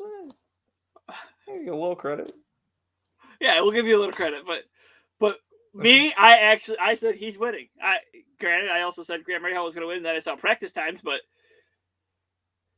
I mean, you gotta give me, for me, actually calling that shot like that. Yeah, that was pretty good. All right, credit to you. That was definitely your category there. Looks like I am up to present Breakout Driver of the Year. We have got 5 more categories to go here on the first annual Burnt Rubber Racing Award show as we conclude the 2021 season. Our first season of the podcast. Breakout Driver of the Year. We got 3 NASCAR Cup, and we've got an IndyCar driver amongst these names, Tyler Reddick. Maybe Zach's a little biased on this award. I don't know. He's sitting over there with the number 8 hat here as we record. Tyler Reddick, great season. Year number 2 for him in the NASCAR Cup Series. Qualified for the playoffs. Got bounced in the round of 16, and then was, stronger, as strong or stronger than he was even leading up to the playoffs. So finished out the season strong even after he got eliminated. Sky is the limit for Reddick and RCR moving forward for sure. How about Christopher Bell? Jumping over to Joe Gibbs Racing, and solid season for the number 20 team. Wins the second race of the year at the Daytona Road Course. There was a bit of a little slump there, late spring, early summer portion, but he bounced back big time. Drove very well on road courses. Later in the year as well, had multiple second place finishes, made the playoffs, got all the way to the round of 12. I think Christopher Bell, I know the equipment obviously strong there with JGR, but probably overachieved relative to a lot of people's expectations this year. William Byron, just his second year full-time, second or third? I think it's his third year. Third year, sorry. 2019, 2020, 2021. 4th year. Wow. Days all blend together, years all blend together. William Byron, breakout, speaks for itself. Wins the 3rd race of the year at Homestead, Miami. Average finish, NASCAR Cup Series drivers, William Byron posted 13.7, and that was good for a top 10 average finish on the full season among full-time NASCAR Cup Series drivers. He's in that top 10 with the likes of Brad Kay, Kyle Busch, obviously MTJ, Chase Elliott, Kevin Harvick, Kyle Larson, Denny Hamlin. William Byron, one of the most consistent drivers all year, and really advanced a round further, I think, than a lot of people thought he was going to in the playoffs as well, with his drive at Bristol there to get into the round of 12. Almost went out and won the Roval as well, if not for Chase Elliott's bumper cover. Rounding out this category, breakout driver of the year, Alex Palou, who all he did was go out and win the IndyCar Series championship for Chip Ganassi Racing. I mean, what a story this is, and one that, probably gets swept under the rug a little bit on the NASCAR side of things. But Alex Palou, holy cow, man. Just a phenomenal season. Second season in the NTT IndyCar Series. Goes out and wins 3 of 16 starts, 10 top 5s, Zach, and 12 top 10s, 137 laps led. He won a pole. Honestly, if not for engine failure at the second race on the Indy road course, and then he had some issues, I believe it was at Gateway as well, he would have wrapped up that championship a whole lot sooner. But he was really coasting into the final race there. To close out really a surprising IndyCar Series championship. So that's breaking out for sure just in year 2 in the series. Quite the category, quite the list of names we got here. What are your thoughts on the breakout driver finalists?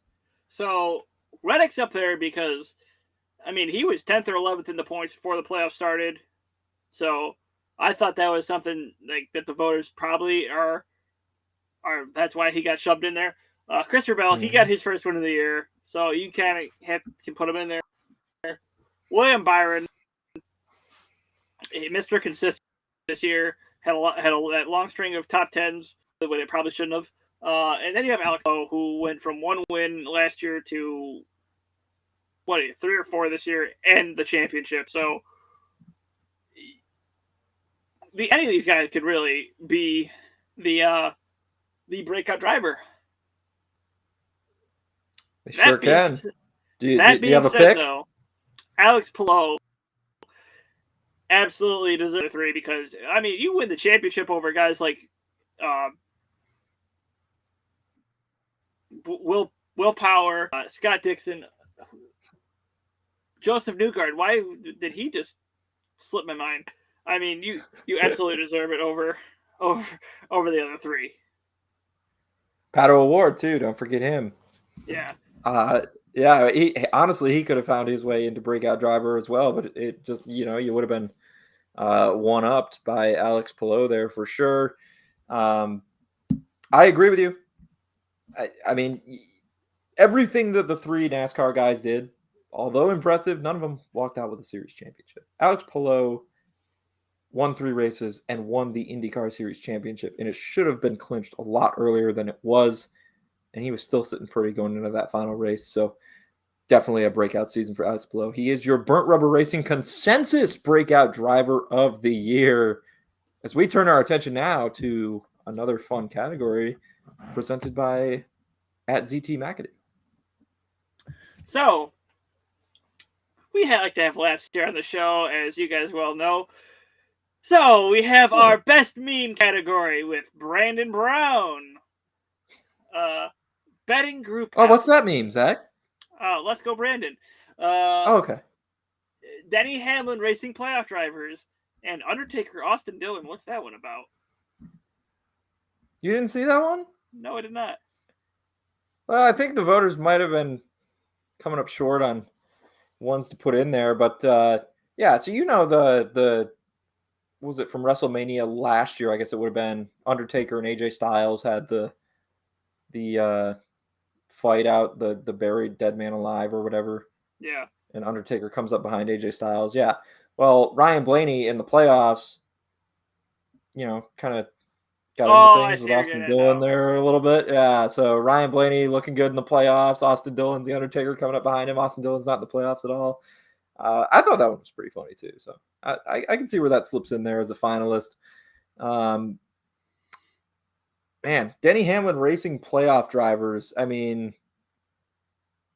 there were a lot of memes, I think, that came out of that one. That's just kind of a broad, general topic there. Denny Hamlin did not like racing guys who weren't in the playoffs, or I should say, non-playoff drivers racing him hard. How's that? I think that's the way to put that. Betting Group F, of course, we can't forget that. Press F to pay respects. Thank you, DraftKings Sportsbook, for that one. The Texas race that was otherwise forgettable, but we had betting action on Cody Ware, Quinn Houff, Josh Bilicki, and Timmy Hill to win a 4-man horse race. We've been doing Group F on this show all year long, and we get to it that week, and it's those guys. I mean, Zach and I lost it. And Brandon Brown, I mean, let's go, Brandon. He gets his first Xfinity win at Talladega. That's all you can say, right? It's good stuff. You have thoughts, sir? No, I'm just ready to move on to the next category. This is dumb. Why do we think this? Why do we For me, it's Brandon Brown, man. Let's go, Brandon. That to have a NASCAR, to have something from a NASCAR Xfinity Series race sweep the nation like it did, it doesn't get any better than that. Let's go, Brandon. Brandon Brown, best meme of the year. Your medal from Burnt River Racing Incorporated is on its way. Betting Group F would have required us to hand out 4 different medals too, so I steered clear picking that one because I wanted to save on costs. But did you, Zach? Or are we gonna have to? No, I did not. No, we're gonna buy the medals. we're gonna cost each other more money. How can you not pick Betting Group F? Come on, we had so much fun So to pay respects. It was close. Man. Oh, yeah. I don't care. But then to have that one show up with Texas, like 3 races to go in the year, we're used to it being like Bubba Wallace, Michael McDowell. Oh. Yeah, I mean, we have to give some love to those guys. Come on. Yeah, and you picked it correctly too. You one up me there as well. I had the favorite, Cody Ware. He took money. The odds went down, and Zach was like, "No, Josh Bilicki." Guess what? Josh Bilicki won Group F that week. Yeah, you didn't want to believe me, but who was right? Well, maybe that's why you took it as the best meme award winner, and I didn't because I'm still salty. But how about Best Beef, where we have 5 finalists? This is our largest category of the show here, Zach. Best Beef. It's not the beef. It's what's for dinner, 150 or whatever that was. 300. Even though I think that really should have been a finalist. Why don't we do best race names? I just thought of that. Oh, no. Dang. Second annual Burnt Rubber Racing Award show. In case we don't call any shots next year. Yeah. In case we suck next year with calling shots, we'll just slide that one in there and act like calling our shots was never a part of the show. Okay, Best Beef. Chase Elliott and Kevin Harvick. I mean, yeah, there's that. Denny Hamlin and Chase Briscoe. There's also that. Denny Hamlin and Alex Bowman. Seems like kind of a hack to be among the finalists for this award. How about Daniel Hemrick and Noah Gragson at the Xfinity Series level? That one got pretty heated after that spring race. Let's just say that. Finally, John Hunter Nemechek and Matt Crafton. Some insults were thrown around, some jokes about age. Matt Crafton might have been called an old man and might have touched John Hunter Nemechek on the rear quite aggressively during a post-race interview. What are you thinking here of the? I mean, there's some good beefs in here. I think there's definitely one that stands out, though. Probably why it's the first. Yeah, this should have been a finalist that the voters put in there. This should have just been or should have shipped a month ago. I'll skip the first one because we all know about those two. Denny Hamlin, Chase Briscoe. I mean, it happened in Indy. They reshowed Texas because Denny didn't want to forget. Hamlin and Bowman. The hack was not the guy who won 4 races. It was the other guy who won 2. Notice how we have a couple of moments from the last category, even Denny Hamlin racing non-playoff drivers as a meme. And, there's a couple of the feeds kind of in here. But, Daniel Hemrick and O'Grady. This really didn't. This was a one-off, really. You can't really give it to them. And then same with John Hurley and Chicken Mac. They tried to one of them tried to talk it out, but the other one didn't want any of it. They said, but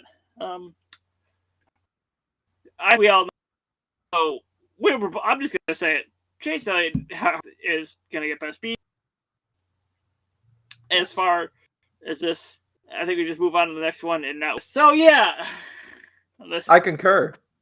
All right, we'll move on. It was a very un-chicken shit pick by you. Yeah, I mean, you still remember all those facts I gave you, by the way? No, they're back there. I don't. I'll go back and watch the freaking show if I have to. I don't. Do you remember that? Why is the poop 2 different colors? What's that mean? No, I don't remember that. I was too busy laughing because it was such a stupid segment. You loved it. How is Brunner continue to let us out of this show like this? I have no idea. How's their season 2 lined up? Jeez. How are we doing that? Zach must not watch it. Anyways, hardest goodbye. This year, we're saying goodbye to some people, and I'm getting all misty just thinking about it. And then I'm Ryan Newman. Keselowski. I can't help but laugh because I know that one's not yours. Shut up. Brad Keselowski at Team Penske. Ganassi Racing from NASCAR. And Jeff Gordon from the Fox.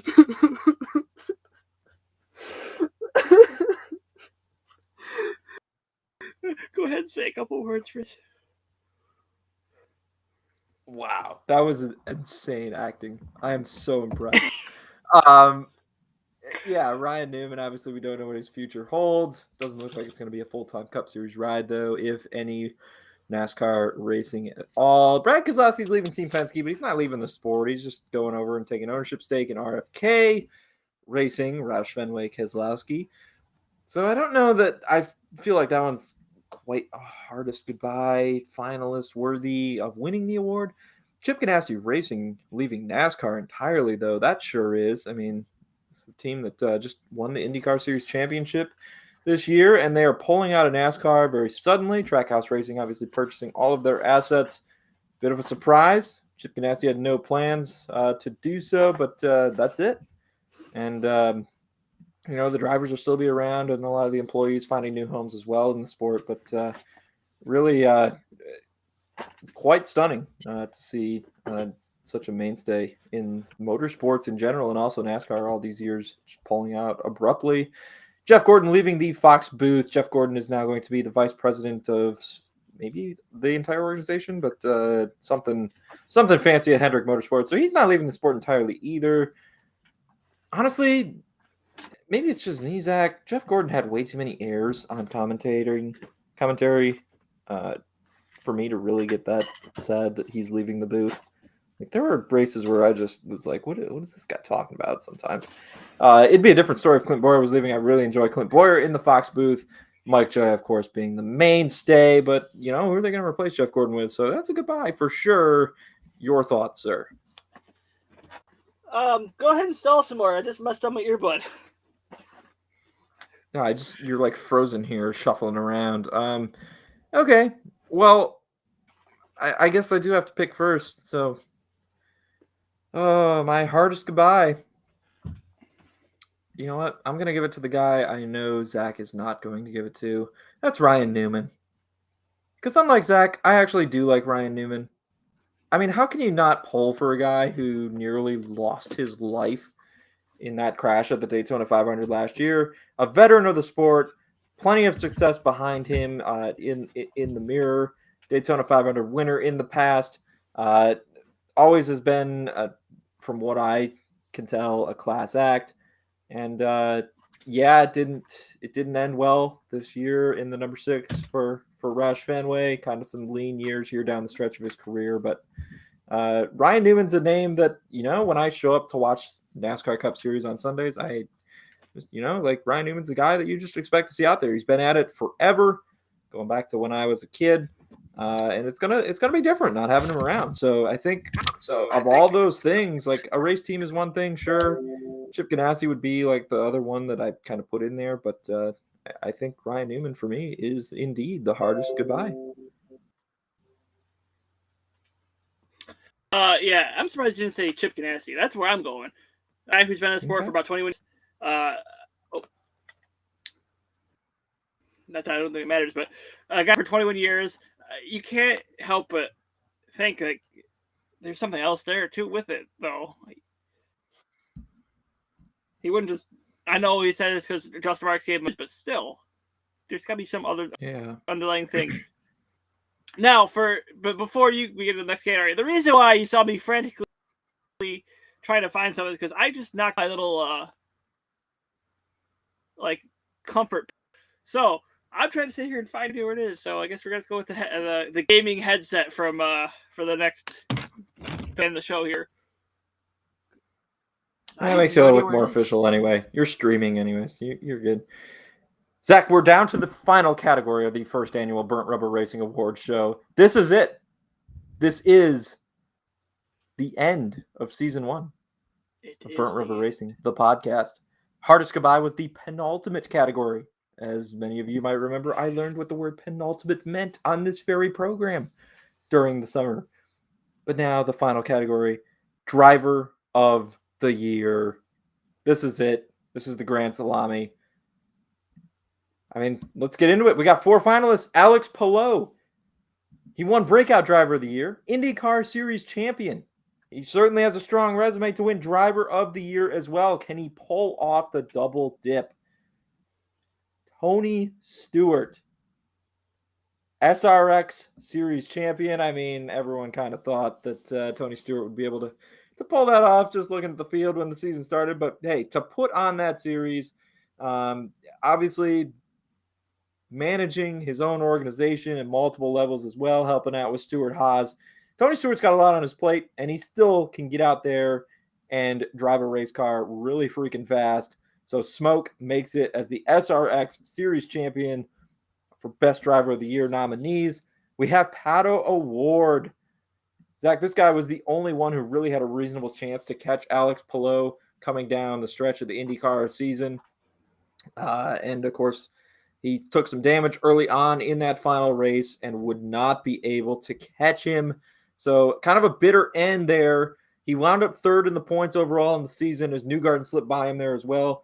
But O'Ward won 2 races. He claimed 3 poles this season. And he hasn't been at this very long either in the IndyCar series. So, I mean, it's great to see him. This was just year 4 for him and only his second full-time. 9 top 5 finishes, 11 top 10s for O'Ward in 16 races. He led 118 laps. He was a contender in the Indy 500 and for the overall points championship coming down the stretch of the season. So no championship to O'Ward's resume. He's the only one of these finalists who doesn't have a championship, but a solid season nonetheless. And finally, I mean, who can forget Kyle freaking Larson, man. 10 NASCAR Cup Series race wins. NASCAR Cup Series season champion. NASCAR Cup Series regular season champion. What am I forgetting at the NASCAR level? He led a freaking ton of laps. He finished no worse than 2nd in like a ridiculous stretch late spring, summer. He won the crown jewel that is the Coca-Cola 600. And, oh, by the way, when he wasn't running in NASCAR, he was still going off, running his dirt races, his dirt racing background, and he won like every race but maybe 4 that he started on the dirt tracks. I have gone on the record as saying Kyle Larson should not only be Burnt Rubber Racing Driver of the Year, but he should be Athlete of the Year, Sports Athlete of the Year for the season he put together, capped off with that NASCAR Cup Series championship win. I mean, I know I presented this category, and I know you still have to give your analysis of this fine bunch, but I can't hold back anymore. Kyle Larson is my Driver of the Year. I mean, take it away with your thoughts and your pick. We all knew you were going to pick him because you told me he was your Athlete of the Year. And there wasn't a whole lot of suspense there, so I figured we'll just get it out of the way and turn it over to you. I mean, Tony Stewart won the SRX championship, but there was only 6 races, so I think, unfortunately for that, he gets relegated to 4th in this category. Pato O'Ward, great season, yes. Championship, no. For that reason, he's 3rd. So that leaves Alex Palou and Kyle Larson. Palou had might have won his championship, but he didn't win 10 races like Kyle Larson did. And I think NASCAR is a harder series to win at than in IndyCar. So for that reason, I'm giving it to Kyle Larson. How can you not? 10 wins, 21 top 5s, I think it was 21, and then 26 top 10s. Just a dominant season for him. And he's just getting started. And just an who knows what's going to go forward. He's number 1 at Hendrick now. Oh, yeah. And by the way, this came a year after he got kicked out of his ride. Watched the rest of the season from the sidelines. Year number 1 with a new race team. I know the equipment, you could say it's better than what he was driving at Chip Ganassi, but still, you got to build new relationships and all that to go out and win 10 freaking races in a championship. Year 1, new team, new organization. Yeah. Sorry. Kyle Larson, driver of the year, consensus. That concludes the first annual Burnt Rubber Racing Awards show. All 15 categories have now been doled out. The medals are on their way. Thank you to all the interns who are working very hard on that. Thank you to all the voters for submitting their picks for each category. We really appreciate it. Coming on here with the final list of the nominees. If you, again, agree, disagree, have a beef with any of our selections, just come at us on social media. At ZT McAdoo to follow Zach on Twitter. At Hanks I'm Henry, follow me. At Burnt Rubber Racing, follow the show if you like what you listen to. And it's gonna be a long couple months before we come back. So you might want to follow us, see what we're doing. Yeah. Hear my voice when I stream on Twitch and whatnot. Yeah, you can watch Zach get all angry when the Bills lose. We're only looking at what though, 5-6 weeks, and we'll be back probably a few weeks ahead of the Daytona 500 to get caught up on news and touch on some fun off-season topics and get ready to dive back into things. But the month of December and early part of January will be our break here between seasons 1 and 2. But we are thrilled to be coming back for season 2. We've definitely, I think, come a long way since the start of this year. We've learned a lot. We got some improvements, some adjustments, some fine tuning we're looking to make. Always looking to improve. And thank you all for who have tuned in, listened, subscribed, made this possible. Thank you to Flurry Sports. Thank you to Zach Broner. And thank you to you too, Zach McAdoo. I don't want to make you feel left out. I mean, big thank you to you for being my co-host because, I couldn't imagine doing a weekly NASCAR show all of, a year ago? Less than that. And here we are, able to come together with a mutual enjoyment for racing and not even just NASCAR. We're going beyond that. So, and you've made me a smarter man this year too. So I really appreciate it. Yeah, I hope you learn what penultimate was. Yeah. Thank you. And how to spell pole and some other crap. Yeah. Do you have any final kind words though that you'd like to say, or is it just going to be rag on me? Hey, we'll continue to rag on you all night if I have to, but thanks to the supporters here who listen to us just sit here and talk for however long, about like an hour and a half. It seems like every week. We might not always be right, but when we are right, we tend to hop on it and have fun. Thanks to Henry for setting it. He was a big help this year with setting everything up and whatnot. So can't wait for next year. Yeah, it's going to be bigger, better, more efficient, better quality, you name it. I'm looking forward to it as well. Looking forward to putting our heads together and seeing what changes we can make. You got anything else? I mean, this is a crazy award show. I'm like ready for, I don't know if I'm ready to go to sleep or run through a wall. I'm not sure. Like I'm fired up and just kind of like fatigued and sad that this is it. But I might have a Bud Light just for a good nice goodbye for season 1 tonight. But hey, we'll still be at flurrysports.org. Yes. I still have a lot more articles coming down the pipeline for NASCAR. One of them's already up, but I have a couple more that are in the drafts right now. They're coming. Yeah, the rest are coming. We'll both have some stuff coming out here during the off season. Yeah, Zach's working on driver reviews for this past season, but then also, if any major breaking news happens with silly season or whatever, one of us will try and hop on that so you at least have written content, and then we can catch up things when we come back for start of season 2. I think that sounds like a good plan. Wouldn't you say? Yeah, I mean, we're all over the board here with the sports, but NASCAR comes back before any of the other ones that we care about, really. So, very true, very true. I think the people need one more crackhead ending as we close out season 1. Are you up for that? You got enough energy left? Yeah, I just finished that Mountain Dew, so we're good. Okay. Oh, redact that because they don't sponsor us, and I don't want to give them free advertisement. Anyways. Here we go. Subscribe on Apple Podcasts, Google Podcasts, Spotify. Do whatever you have to do. iHeartRadio, Speaker, whatever you do for all those. Subscribe at Flurry Sports YouTube because you've been watching us for a long time. And I'm nine. So hit the notification bell. Yeah, that too. Because YouTube doesn't work a lot because they don't like us. Follow us on Twitter at Bird Rub Racing. Follow me at ZT McAdoo. Follow him at Hank Time Henry. Go, like I said before, go read our articles on flurrysports.org where you can read about my article on what was it, Kevin Harvick and Eric Almirola is the only one up so far, and plus a lot of other NASCAR recaps for old races and whatnot. He's got a ton of NFL stuff that is up. Go see our picks because right now I'm 11-3. Go Hawks tonight, baby! But I'll probably redact that. That won't matter when he gets put up. But I'm gonna stop talking before I work for Henry. That was a crackhead ending for the ages. I don't know if it'll matter, but I mean, it gives the listeners a good timestamp when we're recording these things and stuff. I like how my week 12 NFL picks have been an absolute disaster, so I really don't want to talk about them though. So this has been like my worst week ever. I've had the last 2 weeks have been absolute dog poop for me. But I like how we were talking about crackhead endings. I bring up the Seattle team and still talk about crackhead endings.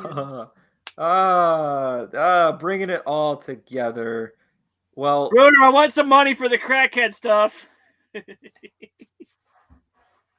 Thank you all for tuning in, listening to the first annual Burnt Rubber Racing Award Goodbye Show. Forever. Our